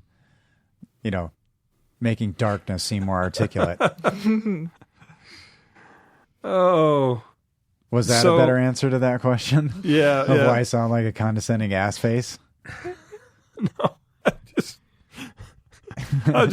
I'm going back to. I'm just finding where we, because we. It doesn't matter. I You're know. okay. We played hopscotch. What if I do that? What happens? Oh, He implodes. I do. Yeah. I'm starting to shake. He took my notes away, people. You'll be It wasn't. okay. We You'll be could okay. just sit and talk about the movie, man. No. Can't we just talk about We it do. and not have to be so regimented? As things are falling apart in this movie, which I think is needs to happen. Well, she goes to get his book, right? After she finds out who Oh, he yeah, is. yeah. Or where are we picking back up? I'm a little confused here. Help me, Wherever Ryan. you want, buddy. Wherever I want, brother. Yeah. So I want to go to the fake crawl the second time, where he goes back to get a week later to get his spine readjusted for Yeah. the second time, and he does the whole crawling, but he's faking it, and fakes, and then when Anne leaves the room, he just sits up in the chair, and then they cut across to a lady looking at him like, "What the hell are you doing?" Uh-huh. Did you catch that? Yeah. Who was that? Oh, no. You don't know who that was? No. And she wasn't in the credits. I looked through all the credits. She wasn't in there. No. Eat, Pray, Love, baby. Eat, Pray, Love. What's that? Pretty Woman. Pretty Woman. That was Julia Roberts. That was Julia Roberts? in Yeah, that scene? and she was in Eat, Pray, Love, which totally fits into that. Oh, And I could not find any credits there or was any Julia mention Roberts of it. in this movie? Yeah, they did that quick cut to her when he looks at her and goes, "What?" Like who's like looking down at him because Because he was, faked yeah. all that, and he goes, "What?" That was Julia That- Roberts. Wow. Are you sure? Are you sure? Are you positive? Well, I was Uh-oh. sure I don't about wanna- I ketchup. don't- I'm as sure as I don't I wanna was shatter about your reality, ketchup Well, as I was here we 28 go. days. I'm Um, using that. I Google watched thing. it 3 times. And I even paused it on Here's that. the thing. I'm like, "That's her. I That's can bring Julia the movie Roberts." up on Hulu right now, and we could probably get to that scene if you want. But that's not fun. I like the fact that Julia Roberts is in this movie. I didn't clock that in that scene, but Yeah, well, she's not in the credits, so I could be wrong, but all right. it sure as hell looked like Let her. us know, everybody. A littleindependentpodcast@gmail.com. Well, better yet, Let us Julia, know. why don't you send us an email? She'll get to it. That was condescending as She'll shit. get to it. Sorry. It rubs the lotion on the skidder. We'll get the hose again. Well, he now is doing everything he can to be cute and charming. He's trying. Also, now he's getting engaged in the life of Chris, the bookstore guy, who's having his own downward spiral because his father's an alcoholic. His father won't go to AA. He's kind of getting tempted, and I'm just disliking this kid more and more He's because he's a burden. Now he finds out who this guy is, and he's just a burden. Now I get that his asking the questions and all that becomes sweet and cute, after a while, but it's just well, Jeff Daniels is a huge burden too. But how about the little redheaded girl he sends in, that Arlen sends in to return one book? oh yeah, and he says he's going to split just the one money. lousy book, yeah. Yeah. And that she was great, and I didn't write her name down, but she was in the on IMDb when they show all the pictures of everybody. Yeah. What's the word I'm looking for? Cast. The But cast list, yeah. the popular cast where they show the pictures, Uh-huh. of course it's 15 years later, so Yeah. now she's in her 20s and looks nothing like what she did in the movie, but she was great and just adorable. And then she has to pull out her little cue card to read Yeah, what Arlen told her to say. And, at the end is like, "This book is poison to me." Like totally nothing this little 8-year-old, 10-year-old girl would say. Yeah. It was just, I don't know, that was a cute moment. So Well, I wanted to give her a shout out. the kids, he's trying to court her, and he's trying to also get close to this son, which I think is kind of sweet too. And the son's I think a really good actor, but I keep he feels emotionally stunted. Like all of these things that he's trying to do, it feels so awkward. And then when he gets into a moment where he's cussing so intensely, I'm like, okay. Then it's like, all right, what The is boy? it? No, Jeff Daniels. Okay. It gets so hard. It goes from Tarantino to the Hallmark Channel, and it's jarring. And maybe I should have leaned into it more. I think it's the comedic effect. Yeah. I mean, I don't know. For me, that Because Nora Dunn, when she's like, it's not meaningless fuckface. I love when she called him fuckface. That's Yeah. his agent. Nora Yeah. Dunn is Terry. Oh, man. Terry Frazier. So I just wanted more of it. I just wanted more. You more wanted the whole filthiness. movie to be yeah, I that. guess. Well, Because it does really want to play as a spiritual film. You know what I mean? I feel like it does anyway. right, and people who are spiritual do use the F word. In the yes, and as they should. Fucking As the praying over fingers are here. pointing over. What the fuck did you just call me? Now, the big crux that's happening is that there's this new release that's coming up, and the agent's trying to get stuff out of him. She's trying to get like a Ford, but he's kind of slowly coming out of his shell. And I love when she's like trying to get a Ford at one point, trying to get this Ford out of him. And she's like, the last thing I sent to you, was like, what did she say? It was a multiple, it had something about get your own imaginary friend. And then it was a multiple choice question about Tom Selleck. Tom Selleck, who's from Michigan as well, Detroit. Oh, yeah. So he's playing well, actually, the writer did, unless he changed the name to Tom Selleck. But yeah, I thought that was cool that it was another Michigan, superstar actor that he used in that moment. Yeah. I thought that was cool. So I clacked because the first time I seen it when she in the van when she's like, you lied to me, and I was her being his girlfriend saying to Arlen, and I'm like, when did he lie to her? I didn't clock it at first. I'm like, when did he actually lie? And he does. So we're at that moment where I even did it. The language, linguistically put squares around it. So she asks him, and this is early on before they go on that first date, does God still talk to you? Yeah. And so he looks at her with infatuated eyes because he's still like goo-goo eyes over her. And he said, and so this is where he starts playing her. He wants her to like him, so he says, now more than ever. So that is lie number one. And because the first time I heard that, I'm like, when did he actually lie to her? Yeah. But he does. Well, I mean, that's writing. Important. And there are nice moments. He shows her the monster closet, which that's after the first date. Yeah. So I guess the whole thing is I felt like he was a liar from the beginning, and then I'm just clocking what I think is mental illness. And at one point he's reading 101 Ways to Sweep Her Off Her Feet. Yeah. Well, because he doesn't know how to date. My journey with this movie was maybe really up and down. Because at one point I'm like, he's mentally ill. He's really mentally ill. It's in here somewhere. Well, you can't disagree with that because when you're a hermit or a recluse or whatever, you are not socially, I don't know if that's mentally ill or not, but you're definitely not socially apt. Is that the right way to say that? That's socially. True. That is true. Yeah. So what do you think about him, what is hip? Stepping in with the kid and because he doesn't show signs of maybe being a totally responsible human being. So meets the kid early. Well, she says, do you want to meet? Yeah, because she likes him too. I mean, she's found out and she's read his book, so she's got a little infatuation going on. Yeah. So when the monster closet thing happens and she goes in for the kiss, which is one of the most awkward things I've ever seen, really. Well, because he's freaking out because she put the Wolfman on the piano, which we find out the piano is a thing. But he's like, did I screw it up? Did I screw it up? Well, no, she said it on the thing in the hallway. It's just the fact that she left it out and it wasn't safe. Well, I know that, but in the closet with the other monsters. He shows, some pretty significant behavior issues when he has a very, very pretty lady right in his face. Well, and she turned on the seductive charm on a dime. I mean, when she does the walk towards him and the whole, correct. I'm ready to kiss you outside of your bedroom here. And, that's correct. And all he can do is look at the Wolfman toy. Right. Yeah, that's what I said. Yeah. So why?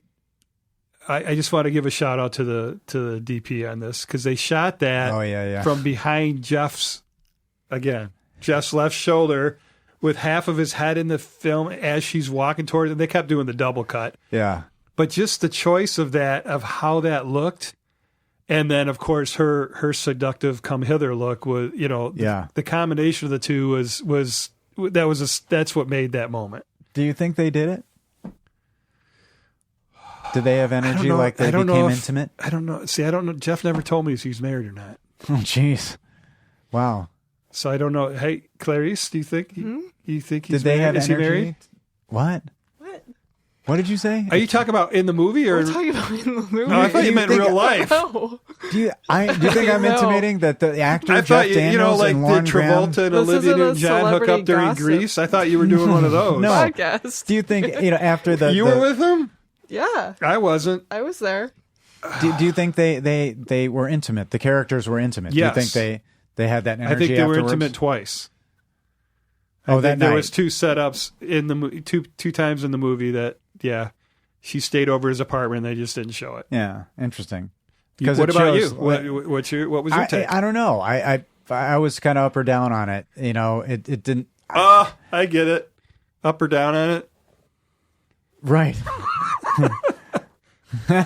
Wow. I'm leaving. We're gonna just blow the dust off of that one. You said it. Just, no, but you. You reacted I was. so fast. Yeah. Yeah. Dangerfield wants his bits back.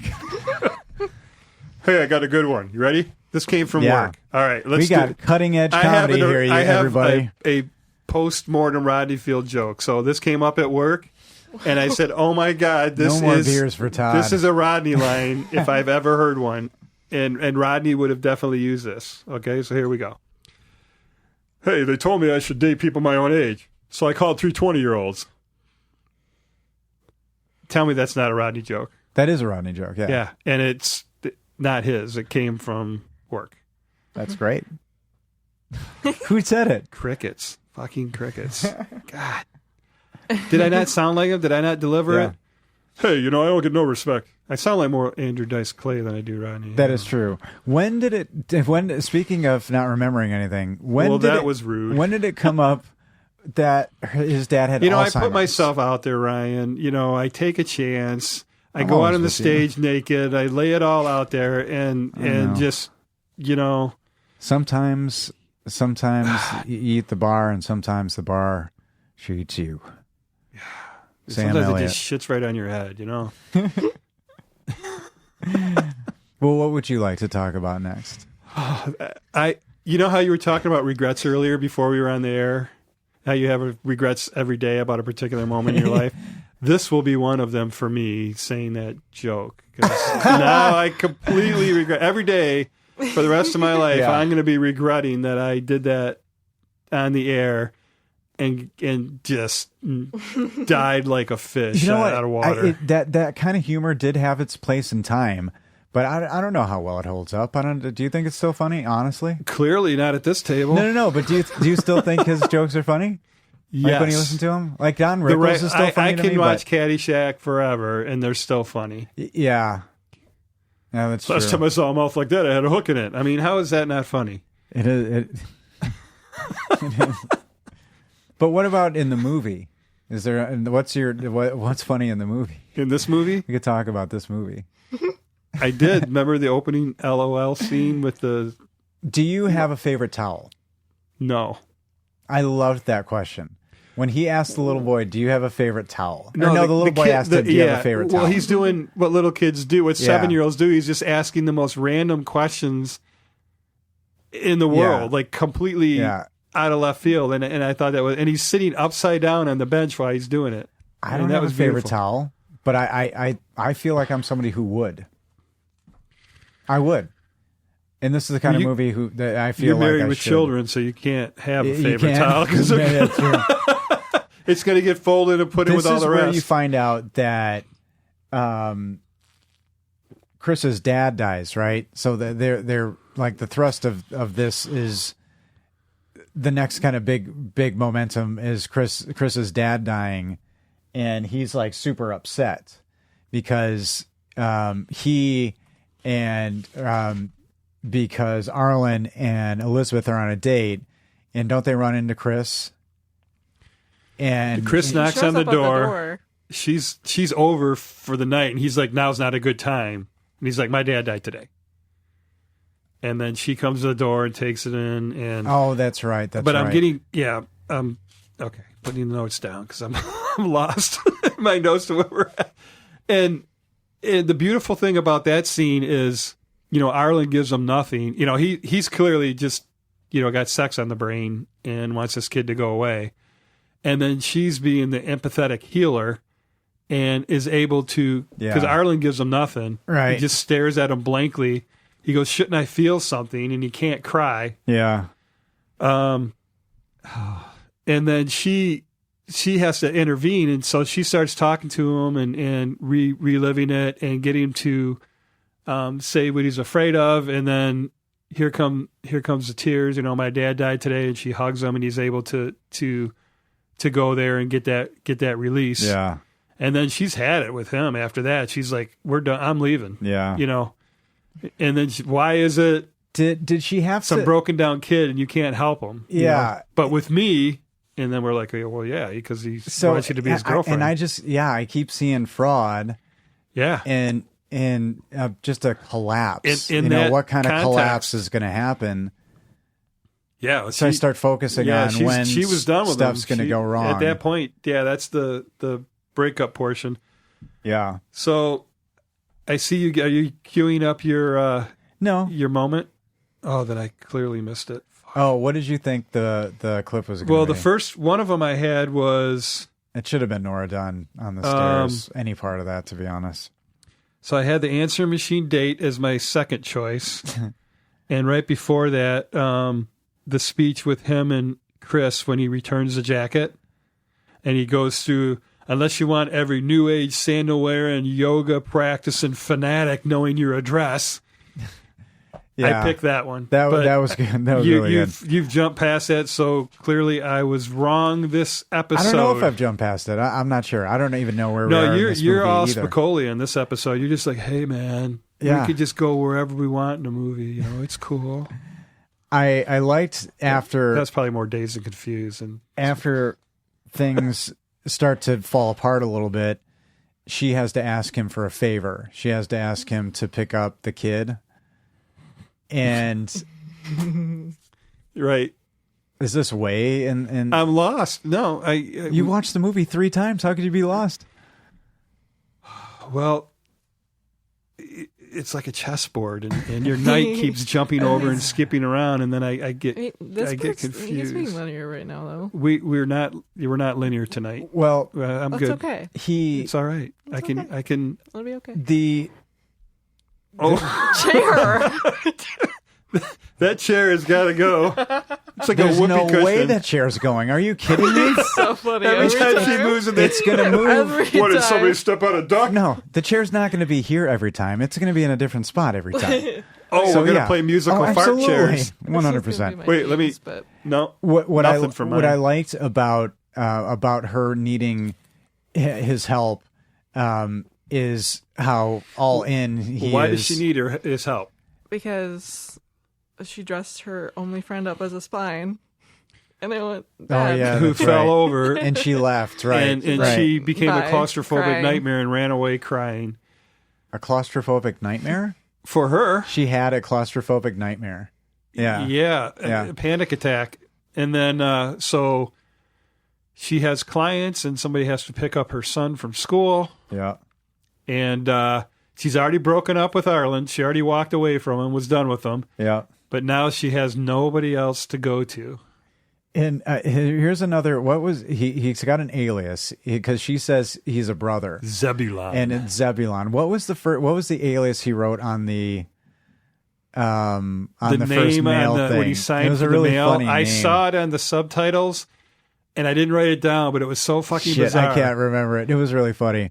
But I liked the parent-teacher conference, and I didn't like how they made the teacher, seem like a real shithead. But there's some real truth to how yeah. stretched they are. But I really Well, about this movie. Does that come from personal, In a like way. what you know because your wife's yeah, a teacher? There was so much about this movie that touched on adult problems and stuff. What for some reason, and maybe it's what I do for work or what have you. I liked what he talked about for younger people, and I liked his theory on kids. You can't be a clone in your drone army. Yeah, and so, but again, it's ironic because he's saying everything that's against what a lot of organized religion Right. seems to be about. So that's why it But felt at- so satirical. The but movie at felt the very same satirical. time, his stuff is not coming from real experience. Yeah. He has no children. Right. He's probably never had a long-term girlfriend, but yet he's like, oh, I wouldn't let my kid do that. Or this is, he's speaking. Oh, that's fascinating as shit too. Yeah. So- And he has no leg to stand on from that aspect. But the teacher, again, she was a wonderful actress. She killed her role. This is his response to the this is your boy clip? being less than less than supportive in the classroom and what have you. And I didn't. we'll see how it I missed it. tracks up here. And he's also, how do I say this? Well, immature.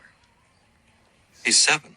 Yes, but he still jokes with his seatmates during the lesson, and sometimes while we're trying to have peaceful time. The other students still have to learn all the same lessons, and Alexander often makes this difficult. I think if Alexander is really going to Stop you right thrive there. here. I'm going to tell you a couple of things. All kids develop in different ways at different times and in different directions. Now, I am confident that Alex at some point will be able to tell time and make change, which, let's face it, just about covers it. I don't think you're hearing me. What I am hearing is that Alex is not a good candidate to be a robot in your clone army. Zebulon. We're going to work on the math, okay? In the meantime, why don't you Zebulon. try not making him feel like being who he is the problem? That's what happened to you and me. Remember? Oh, and by the way, his name is Alex. He fucking hates Alexander. So, for some reason, and I don't know, I really identified with his theories on kids and that thing, like making him feel shitty for being who he is. I don't know why. I just thought that was really cool. It wasn't the most bombastic thing, but I don't know. Well, I just really like the message on that. That plays into the creativity and arts aspect of Yeah. it, and not the scientific. And Which I like being a musician and the everything. relationship I liked most in this movie was him and the kid. I thought that was kind of the sweetest little kind of So- trajectory there. There's so many relationships. There's the the bookstore owner and his dad. Yeah. Terrible.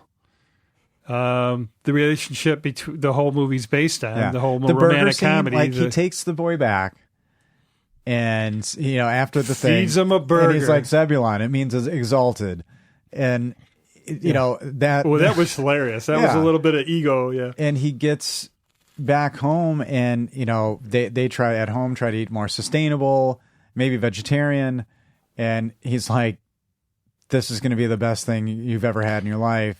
Well, my mom says meat is poison. Right. And he says, if that's not the best burger you've ever had in your life, I will run into the sea and call myself Denise, or Yeah. something about Denise and running into the sea. So then that moment was followed by a train wreck for me in this movie. I loved the burger thing, and Yeah. then how long is 2 weeks? Oh, well, See? that's See what I wrote emotional. right there. I was upset, and the way that that young actor delivered that, I that wasn't line. expecting any Yeah. of it, because they tee up the fact that dad is is going to be gone for 2 weeks, Right. and it's been 3 years, and Elizabeth just hopes he forgot about it. Yeah. And you forget about that in the movie. And this is where the writing really comes to get you, because you have the scene of the burger, and then how long is 2 weeks? And you're like, shit, I forgot about that. Well, not only that, my heart is broken. they're at the piano, right? That he said, that he "Stop freaked out playing." when Yep. his mom touched, and he's letting him play it. Yeah, and he just looks up and asks him how long is 2 weeks, and he freezes and doesn't say anything, and then he's like, "That's okay, I don't know either." Yeah. And so on their first date, when they were at dinner, that's where that came from. He asked her, like, where's his dad? And she said, well, we were his good idea for a couple of years, and then he walked out on us. So told him that he'd be back in 2 weeks. Yeah. And that's where all that came from, where she hoped he forgot. but he hasn't. I did skip ahead, and I'm sorry for the anxiety that it caused you relating to Chris's. The beer is helping. Chris's father's. I'm thinking more than normal. Chris's father's death, and Chris starts to really get on my nerves at this point. I'm so sorry. He'll be gone soon, so you don't. These are legit notes, and I'm so sorry to anybody but here are my legit feelings. I hope Chris dies. Good for the story. Just because I thought it'd be good for the story. And at what point did you write this in the movie? Where we're at right now, right after the boy saying how long is 2 weeks? The dad's dying, and he's like got a bottle, and he's being all dramatic, and I know all that stuff is so hard. And I just thought, I hope Chris dies because it would be awesome for the story. And then he started to get really close, really died. annoying, and put all this pressure on everybody. And then I said, now I do hope he dies for real, because he started. We next see him when he's alone in the bookstore at night with the bottle. I didn't empathize with him. No, because I don't know why. His dad has already died. I know. I think he lost me at some point when he went to the AA meeting. He's like, I don't know. Yeah, you That guys, whole thing, I you was guys like, are a joke. You guys are all idiots. Yeah, I was like, we're all fucked. okay. And they're all like agreeing with They're him. like, yeah. I'm like, what? Yeah, good call. Because I'm like, That's when he. and then I'm like, he lost me I with it. just hope Chris dies in the story, so I don't have to look at his stupid face anymore. God.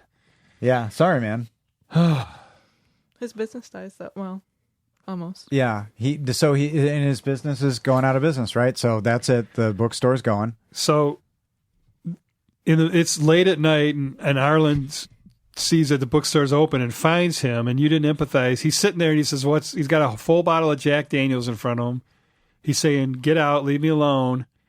And he's trying to stop him from falling off the wagon and drinking that bottle. What's with the bottle? And then he's like, you had God on the line, and this is how you turned out. Yeah. So I think my purpose in life is to drink. Yeah. Which was the answer to one of his questions earlier with the mind. And that sucks because that is such a hard thing to get out of. So he's dealing with so much. He just kept saying, that's not what I meant. And I don't mean for you to he says that drink a lot. again. It's not what I meant. Yeah. Why? What stops him from drinking? Well, really they leave remember. it that way. So Arlen is it leaves, left and we don't know open? at that I guess point. that's true. We find out later that he didn't. So Elizabeth confronts Arlen after that on Alex's meeting with the teacher, and she's like, "What did you say?" And then we're like, "Oh shit!" And then there's a twist where he got into the advanced class, so what he said actually worked. Yeah. And then Arlen has to open his mouth and start saying, well, if it was my kid, he would not be in that school, and you're raising him wrong. And then she has to flip again, like, when did you become an expert on raising children? That's the real implosion. But in this movie, and I don't know, pacing, the turnaround's quick. You know what I mean? We're towards the end with the but a lot of implosion rom-coms do that, Yeah, where the do breakup they? is 20 minutes to a half Yeah, hour for real, out, right? and Yeah, then yeah. the end is the happy ending. So then what starts to, like Chris is back in AA in earnest. Arlen's playing piano. Well, after that, she leaves him again, like we feel is like for good. They're completely done.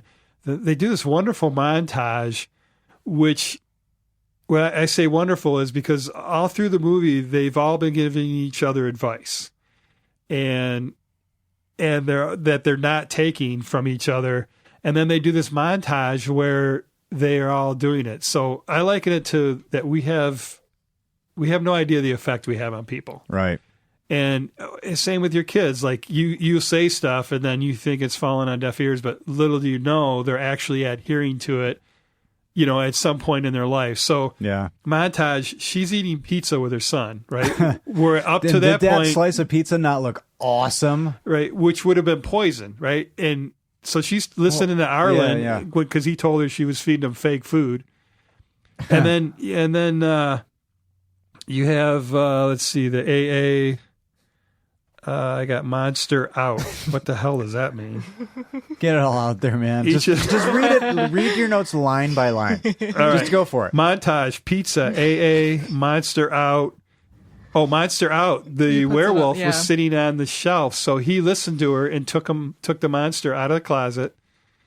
Ryan is showing his socks because he doesn't give a shit about what I'm saying. And we got no secrets on this show, baby. We got no secrets. If they ain't gonna put a camera, you're gonna have me. Each is listening and learning from each other, and I think that was really cool because that's what actually happens in life, and we don't even realize it, like the effect we have on others, and that they a lot of times, like he didn't know he fed her pizza, but that really struck true to me just from personal experience over the years. And you find out later on for Chris's dad's funeral. No, because nobody came, and I think it was just a small little. All right. Yeah. So the crux of the movie, the climax. Through this, he's realizing how he's wrong on a lot of this stuff. Like he's growing, interactively with socially. He's growing socially with people throughout this movie, and now he's to the point where he gets all his shortcomings and he wants to start helping others instead of just focusing on himself. Right. And that's where the bookstore comes in. He's walking Chris is walking to the bookstore, and the line's all the way around the block. He doesn't know what the fuck is going on because they're on the verge of closing. And can I ask you something? Oh, yes. Do you see how it started with shit, and then he turned it up at the end? I mean, it's kind again, of that was Chris has got a business on decline, but for a pretty good reason, right? Chris is kind of lazy. What time did he get to work that day? Well, 11. He's a recovery. You know, like I get that he's got those challenges, and that is the worst thing in the world. But like, I would think you'd want to try to. Did you give Chris any love in this movie? No, not once. I literally put, "I hope Chris dies." Good for the story. For real. Then I hope Chris dies for real. So, and also he does Elizabeth dirty. I have no response to that. By getting into the store, right? And he's like, "Oh my gosh!" So Arlen has announced he's doing his book release at this store, and everybody's excited. Well, Terry and Dahlia are there. Exactly. What do you mean he does who dirty? Elizabeth, his girlfriend? Yeah, because what does he do? He runs across to the chiropractor. He's like, "Quick, we need help." And she's in her business talking to new potential clients, and he fucks her over good by taking everybody out and saying, "Stop everything you're doing and come to my bookstore." Who's doing a signing? Arlen Faber. And then everybody runs out because they're the 10%. of the 10% of the God market was all in her. And he's reduced now to like chiropractor. But like he totally screws her by clearing out her metaphorically. Place. And if she, well, you made it sound like you bent her over the table and just let her have it. No, if they really did have sex, I would have said that a totally different way. You know me. So, was that a Gilmore Girl fantasy right there or something? Was that a Freudian slip on my part? You're making me. I don't know. You tell us. Hashtag not a creep. Oh, now we're singing it. No. Oh, I hate this show. I got to put that in my notes. Do you think we love you though? The whole thing is Arlen confessing? Or I don't know. Do you think he planned to do what he did in that, because it doesn't go well? And I think that was off the cuff. I think he was going to see how it goes. His whole thing was but he says a very Chris. Important thing. Yeah, that's true. So he gets people there. And Terry, his agent, is over the moon. Right. And gave such a beautiful introduction. And then he gives her all the love right back. The one person that believed in the book. Gives Chris the greatest bookstore in Philly. And then he says the thing that he absolutely hates, that he's hated for 20 years. He says, "I know you all have questions." And then everybody, of course, starts going, and start screaming at him with the questions, which he absolutely hates. And then I think that triggered him to say, and this was the big moment, I can't talk to God. And then everybody just freezes in silence. But then he goes on to explain what actually happened with the writing of the book. And it was beautiful. And it was very Eckhart Tolle for me, and how he, through the suffering, and he was sitting on a park bench when he first had his snippet of awakening, realizing that there was a witness consciousness and an ego consciousness going on by the asking of a question. Right. Wow. I feel spent. I feel like I just went into the chiropractor and it's You gave it everything. Yeah. I feel like I don't know if Lauren liked it, but I gave it all I had. I do hope she did. I hope her children do. And more importantly... Oh, is that... Yeah, she could be married with children. I'm not saying it inappropriately in that way. No. Okay. I just love... A fictional character in a movie. How you really hope that she is happy with your assessment of that, to be honest. Here's another... Because you think there's no way in hell she'll ever hear this. This is one other angle to that. Yes. This story happening. Let's say you're writing it, because you're a writer. Yes, please tell me, Ryan. So all those people are gathered, and he says this thing that I can't talk to God. And everybody's like, yeah, we get it. Can you sign our book, please? My point is that was a whole... It should have been billions of people, as famous as he was. Well, the bookstore is really small. I know, but anyway. No, I mean... It's a short-term thing. They were still showing the line all the way around the block. Even all of those people literally were devastated that he couldn't really... the other side... And Lauren Graham is like, I'm out of here. You can't. You lied. But the other side of it is they're like, yeah, we know you can't. You're just really intuitive and we like your words. That wasn't my take. They froze because the book was, he talked to, that he spoke with God and here's what God has to say. So he's like Moses, right? And then 20 years later, he says, I can't talk to God. So everybody just froze like, what the fuck? But then he goes into the explanation on how the book came about, how the inspiration came about. And then people are kind of nodding their heads and you got the reporter really trying to like... But isn't that what it's like to talk to God? So you God? lied.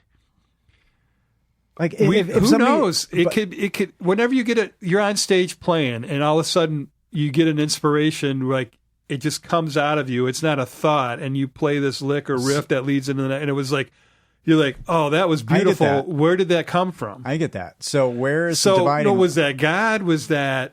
Where's the dividing line between somebody who writes and says, "I talk to God," and they're a bestseller, or they get locked away forever? Saying it out loud.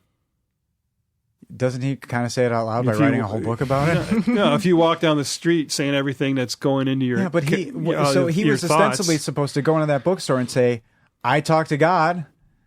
Or was he not supposed to say it out loud? He's never done an appearance. It's been 20 years since he wrote Shouldn't that book. you lock that person up then? He could do He wrote a book about I talk to God and then disappeared. And then comes out and he says, I still talk to God. Should you not lock that person away? He said, I can't What talk if he to said, God. you know what, I shouldn't pay taxes, and the church should continue He said, not I doing can't talk to God. I'm confused. And you're... Yeah, but what if I know that, but But you just said 20 years and he talks to God. Help me out. Say it again. Oh, I talk too fast. I know. You did a flyby. I just watched Jurassic Park again. Oh, I go too fast. Did I do a flyby? I did. I did. But anyway, what do you got in there? King Kong? It's not as good a movie if everybody's like, yeah, we know you don't talk to God. We just like your book. Can you sign it? You'd like that to be enough for him. And not to have to come out as some kind of terrible person. Because he's disgraced now, right? What happens to him? Did you clock the last words of the movie? I did, but it's not... So what happens to him professionally? Nothing. So should he... what if I demanded my money back from your book? I would give you. I would say keep the book and here's your money. I don't know. I think a whole nation should be pretty upset. Pretty upset. So what's the fallout? What's the sequel to this movie? You're leaving out. You're taking the one sentence. I can't talk to God, but you're leaving out the whole explanation afterwards. What about people who followed that book complete... and ruin their lives? I would sue him for that. But like, Tell me what he said afterwards, Ryan. but that's not the headline. The headline. Well, is, no, that's the reporter going to try and sell papers. Yeah. But what did he That's say what he afterwards? He said, I'm Arlen. Oh, God. In the bookstore, after he said, I can't talk to God, and then he said, here's the deal, and went on and told that whole story. Did you fall asleep, hit your head? No, he said my dad Did was dying of you leave the Alzheimer's. I room? didn't know what to do, and so I made some stuff up, and you all thought I talked to God. He didn't say he made it up. Yeah, no, he just had He said, good insights. when they asked him if he made it up, he said, I don't know. It came to me. It was an inspiration. Hence, I talked about playing the riff on stage. Where did that come from? Yeah. Sir Laurence Olivier did a performance on stage once, and this is a quote, paraphrasing, where he was being congratulated on this amazing, probably one of his best performances ever, and he was all distraught. And they asked why he was upset, and he said, because I don't know how I did it. Right? So it was in the moment of inspiration. Yeah. It's That- I'm fascinated. You're ignoring all that. No, I'm not. I am not. I'm just curious as to You whether said that like Charlton Heston and I'm Nova. not. As to whether he would have sold as many books if he was just like me and me. That's all. me and also me. Me, if this book was just called Arlen, would he be a bestseller? Just with good ideas? I'm so missing your point. Well, if he clearly sold as many books as he did because it was under the pretense that he was bringing the word of God literally to people. Yes, I think so. Yeah. So what your point is by saying But he just had really good ideas. no, we don't know. That's true. That's true. Oh, okay, I see what you're saying. No, do you? I'm too cynical. Inspiration. You were looking for more out of me. Yeah, I think I was. I see. Did I? Was You know it- what? I didn't take the bait. The test of time will tell as to whether this episode should come out or not. Who Yeah, we did knows? spend a little too much time on that, didn't we? The answer to every question I ever had is a kid like Alex with a mom that's got a mom like you. Yeah. So that was right before the final line of the movie. So that line is what got Miss Elizabeth. I always want to call her Lauren because that's her real name. Yeah.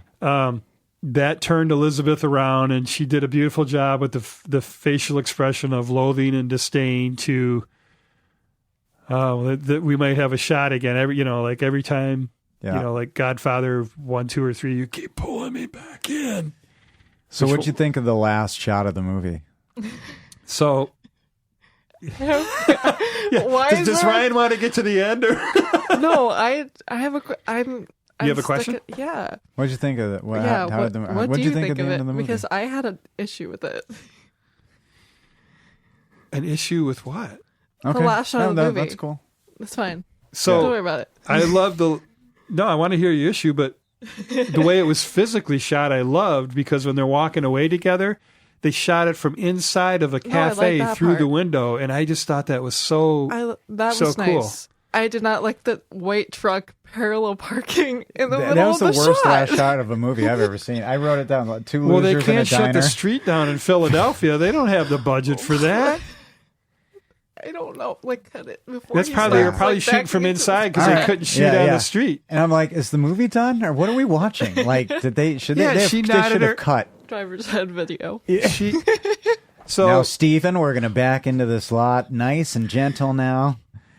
so they said, "Mate, can we I start do like that shot a over?" lot, but I find it fascinating. That yeah, was weird. that That was last strange. shot, I was just like, what the hell is happening here? oh, Todd, we love you. Yeah, But- you didn't think that? You're focused on all the wrong stuff. You're Oh. focused on a goddamn pickup truck. Oh, How's that for a spiritual moment? And instead of the completion of the rom-com of the happy couple getting back together despite that all was the nice. I odds like- and Oh. I like the way walking that- away okay. together hand in hand down the street, all you can focus on is a white pickup truck. For Christ's sake, people. This is good for you, man. Well, we have been on a journey today. We and sure have. So There what may- was the last line of the movie? I'm Arlen. That's Yeah, what yeah, Did you watch Elizabeth- it with subtitles? The third time, yeah. Did you? Second and third time. I was wondering if you're going to start watching all movies with subtitles. Yeah, you make me write hope you down don't. the last You don't have word to. and make me watch it in subtitles so I can get cockmonger and things like that I can't hear what they're saying. You don't like subtitles? But it takes away from the visual aspect. But when I can't, it helps if you're watching it multiple times because then you can pick up on stuff. But I like having the first time. I like having the true experience and it being very organic and taking it all in. Because when subtitles are on it, I tend to be reading the subtitles and not watching what's happening in the scene between the actors and the DP and all that stuff. So it takes away from it. Yeah, I agree. I get it. All right. We're going to end with reviews. Your facial and hand expressions were just beautiful that particular moment. I'm not great with transitions. Again, I'm not a stand-up comedian. I could never do that because I'd be terrible at transitions. Liar! You've written a whole stand-up. So, not a ton of reviews on this movie in general. I had to search for. Well, okay, I maybe have 2 in each category. We'll see. So. 1 out of 5, and I think this is Amazon. And I'll have to show this to you how it's written. So this has nothing but foul mouth idiots. Foul, FOWL. So, as in bird. Correct. Bird. So 1 out of 5, this has nothing but foul mouth idiots. Now I'm thinking maybe we're on a journey here, but here it is. Tried to watch this piece of junk, but we could not get past the obnoxious, discussing language. Any real talented actor wouldn't do a so-called movie like this if it only depended on foul language to make a movie. This should have been rated quadruple X. Oh, man. 4 X's. That was the Lauren scene with the... Get past the obnoxious, bookstore. discussing, discussing language. And I've got another low review just because maybe it's relevant to our conversation we just had. Okay. And I pulled this, yesterday. So 2 out of 10 on IMDb.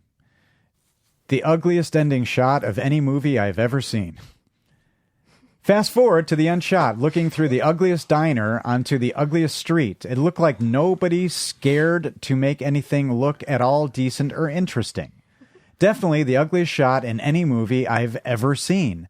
And the movie was totally lame. Bad acting. The story could have been good, but the acting was just awful.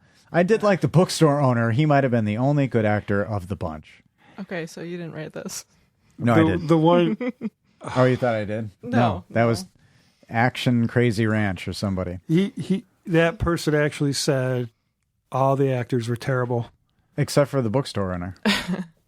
Maybe. Mm-hmm. Yeah. You know what? We have 2. I am editing so much in my head. We right have now. 2. Okay, let's move you to positive. We're going to get you through this period of time. And because this is a 10 out of 10 on IMDb, and it is titled. It has a name. It's called Asperger's syndrome. Adam wasn't the only one to bring it to the movies in 2009. This time, just like your favorite movie time snack, it got stuck in using less obvious packaging. Jeff Daniels' portrayal of the gifted, if paradoxical, Arlen Faber feels a bit truer to how the condition can manifest itself in real life and how it can hide behind the most unassuming of appearances. See both movies and see that there's a reason they call it On the Spectrum, for those of us who are like Arlen or Adam. Don't think for a moment that men are the only ones who have this condition. The ratio varies according to some sources, but a healthy number seems to center around 4-to-1. That is 4 men with Asperger's. There's only 1 woman with the condition. We don't mean to be rude or awful. Okay, well, not always anyhow. We just are. Many of us can't help it. Part of this comes from a lack of tendency to engage or tolerate any kind of dishonesty. Another part comes from our difficulties engaging in social interactions and situations in general. Next time you come across someone like Arlen Faber, realize that you are just being faced with an opportunity from God to suspend anger, hatred, and judgment. Okay, I love that last sentence. The rest of it... It was a film comparison, and then... Well, how... clearly somebody who has Asperger's and wanted to say that they identified with this character. But and said, just be did any patient. of you get that he had Asperger's? He was. I got there. I was writing like he has Arlen has there's something going on. with I him. took it all from just him being a recluse, and that's just where his mind is centered only on him and not anybody else. Again, it seems odd. I don't formulate these reviews Well, they to like my the movie, opinions. so I like them. And so I'm going to end with another good review because, why not? We've been here 6 hours. Great movie. I'm glad I decided to watch it. And this is IMDb as well. John, I had talked to you when calling into AT&T, and I told you I would check out the movie and tell you somehow what I thought. I absolutely enjoyed the movie. Thank you for bringing an amazing movie into the world. I will definitely recommend to friends and family alike. And for those reading my reviews, please watch the movie. I'm studying film and tend to critique movies more than the general audience. This was a movie that I completely enjoyed every aspect of. I could go on, but I know I would bore you with the details. So for now, watch it, share it, love it like I did. Gray Gerber. John. So being the writer John, you're reading director. this. So like me and Jeff. I talked So that's to you. my book, Me and Jeff, and his book is Me and John. Yeah, so that's Gray Gerber, right to the director. Yeah, John, which is his first movie. Yeah. John's first movie. So there you have Thanks to it. Jeff Daniels, he's on the map. Yeah. So an interesting ride with reviews today. Yeah, that was crazy. One Not other typical. tidbit: it was shot on film, Kodak film, with the Aeroflex cameras, which is typical. But 2009, it's DV is pretty high at that point still to be used, and I thought it was cool that with the low budget that they had, they still shot the whole thing on film. Yep. Real It's well shot. film. It looks good. Everybody looks great. Jeff Daniels looks motherfucking great in a sweater. Doesn't he? Why do you- Doesn't he just pull off a cardigan so well? This is Like where, Superman. Like Superman. Yeah, like Oh, Christopher he- Reeves pulls off the- a sweater. He yeah. just, you're No, like, in a way. damn. No, he's in more of a comforting, Jeff Daniels just wears a sweater, man. And that's my takeaway. And tame spiders. It's my I'm watching Arachnophobia Tonight, tonight. 2 nights. 100%. Let's all three do it. You don't have to. It's And not everybody's cup everyone of tea. listening tonight, Yeah. get your spider gig on. And while you're at it, listen to episode 3, where the spiders play a major role. Oh, I knew it was coming. Most beautiful Yes. islands. I knew it was coming. And here's my favorite line: New York ate them. Yes, it did. That I think if we keep track of the episodes we reference of ours most, I think that one is it at the top, do you think? it's, Oh, It comes up a it lot. has to be. it's because- almost every episode at this point. Wow. All right, At well least the tune in last next few time are to done. figure out why we So, do that. It's not we. I think it's me. I have a friggin' obsession, apparently. Oh, we know that, but we can take this stuff offline. The Not a Creep movement is going to groundswell on I'm its not a own. creep. I know you're not. Oh, is that the voice of You the don't know hashtag? what that is. That's the voice of the hashtag. I'm not a I'm creep. not a creep. Well, you know what? I've had a heck of a good time, Me to too. be honest. I Yeah, never, except it was 6 hours. And you do it. Yeah. you know what? If they want to listen, we will continue to grind. You know what I'm saying? Oh, baby. I meant it in like the work way, and you did it as in bump and. No, yeah. And I'm 50 You Cent. looked I at me wasn't with, going there 50. with those doggy style Curtis, eyes wow. and said grind. You are giving me more charisma credit than I deserve, but I will take it. Hey, I'm the all one day. sitting across from you. Take it all day. Well, Oh. Okay, I'll do my best. hey Todd. There's no way to get into it gracefully, so fuck it all. Oh, hold Can on. you do it? You'll be okay. Okay, get yourself. Hey Todd. Deep breath. Can I, let me. Yes, Ryan. We'll always have Monty Monty Doro. Who are those guys? Who are those guys? You'll love it. It's just a little Love it. It's just as Like- independent.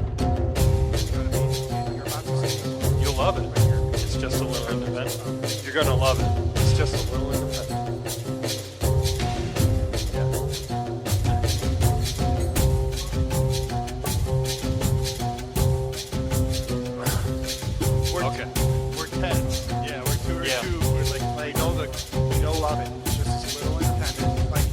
like I'm introducing a movie to you. Like you're about to. All right, yeah. Just as a little independent.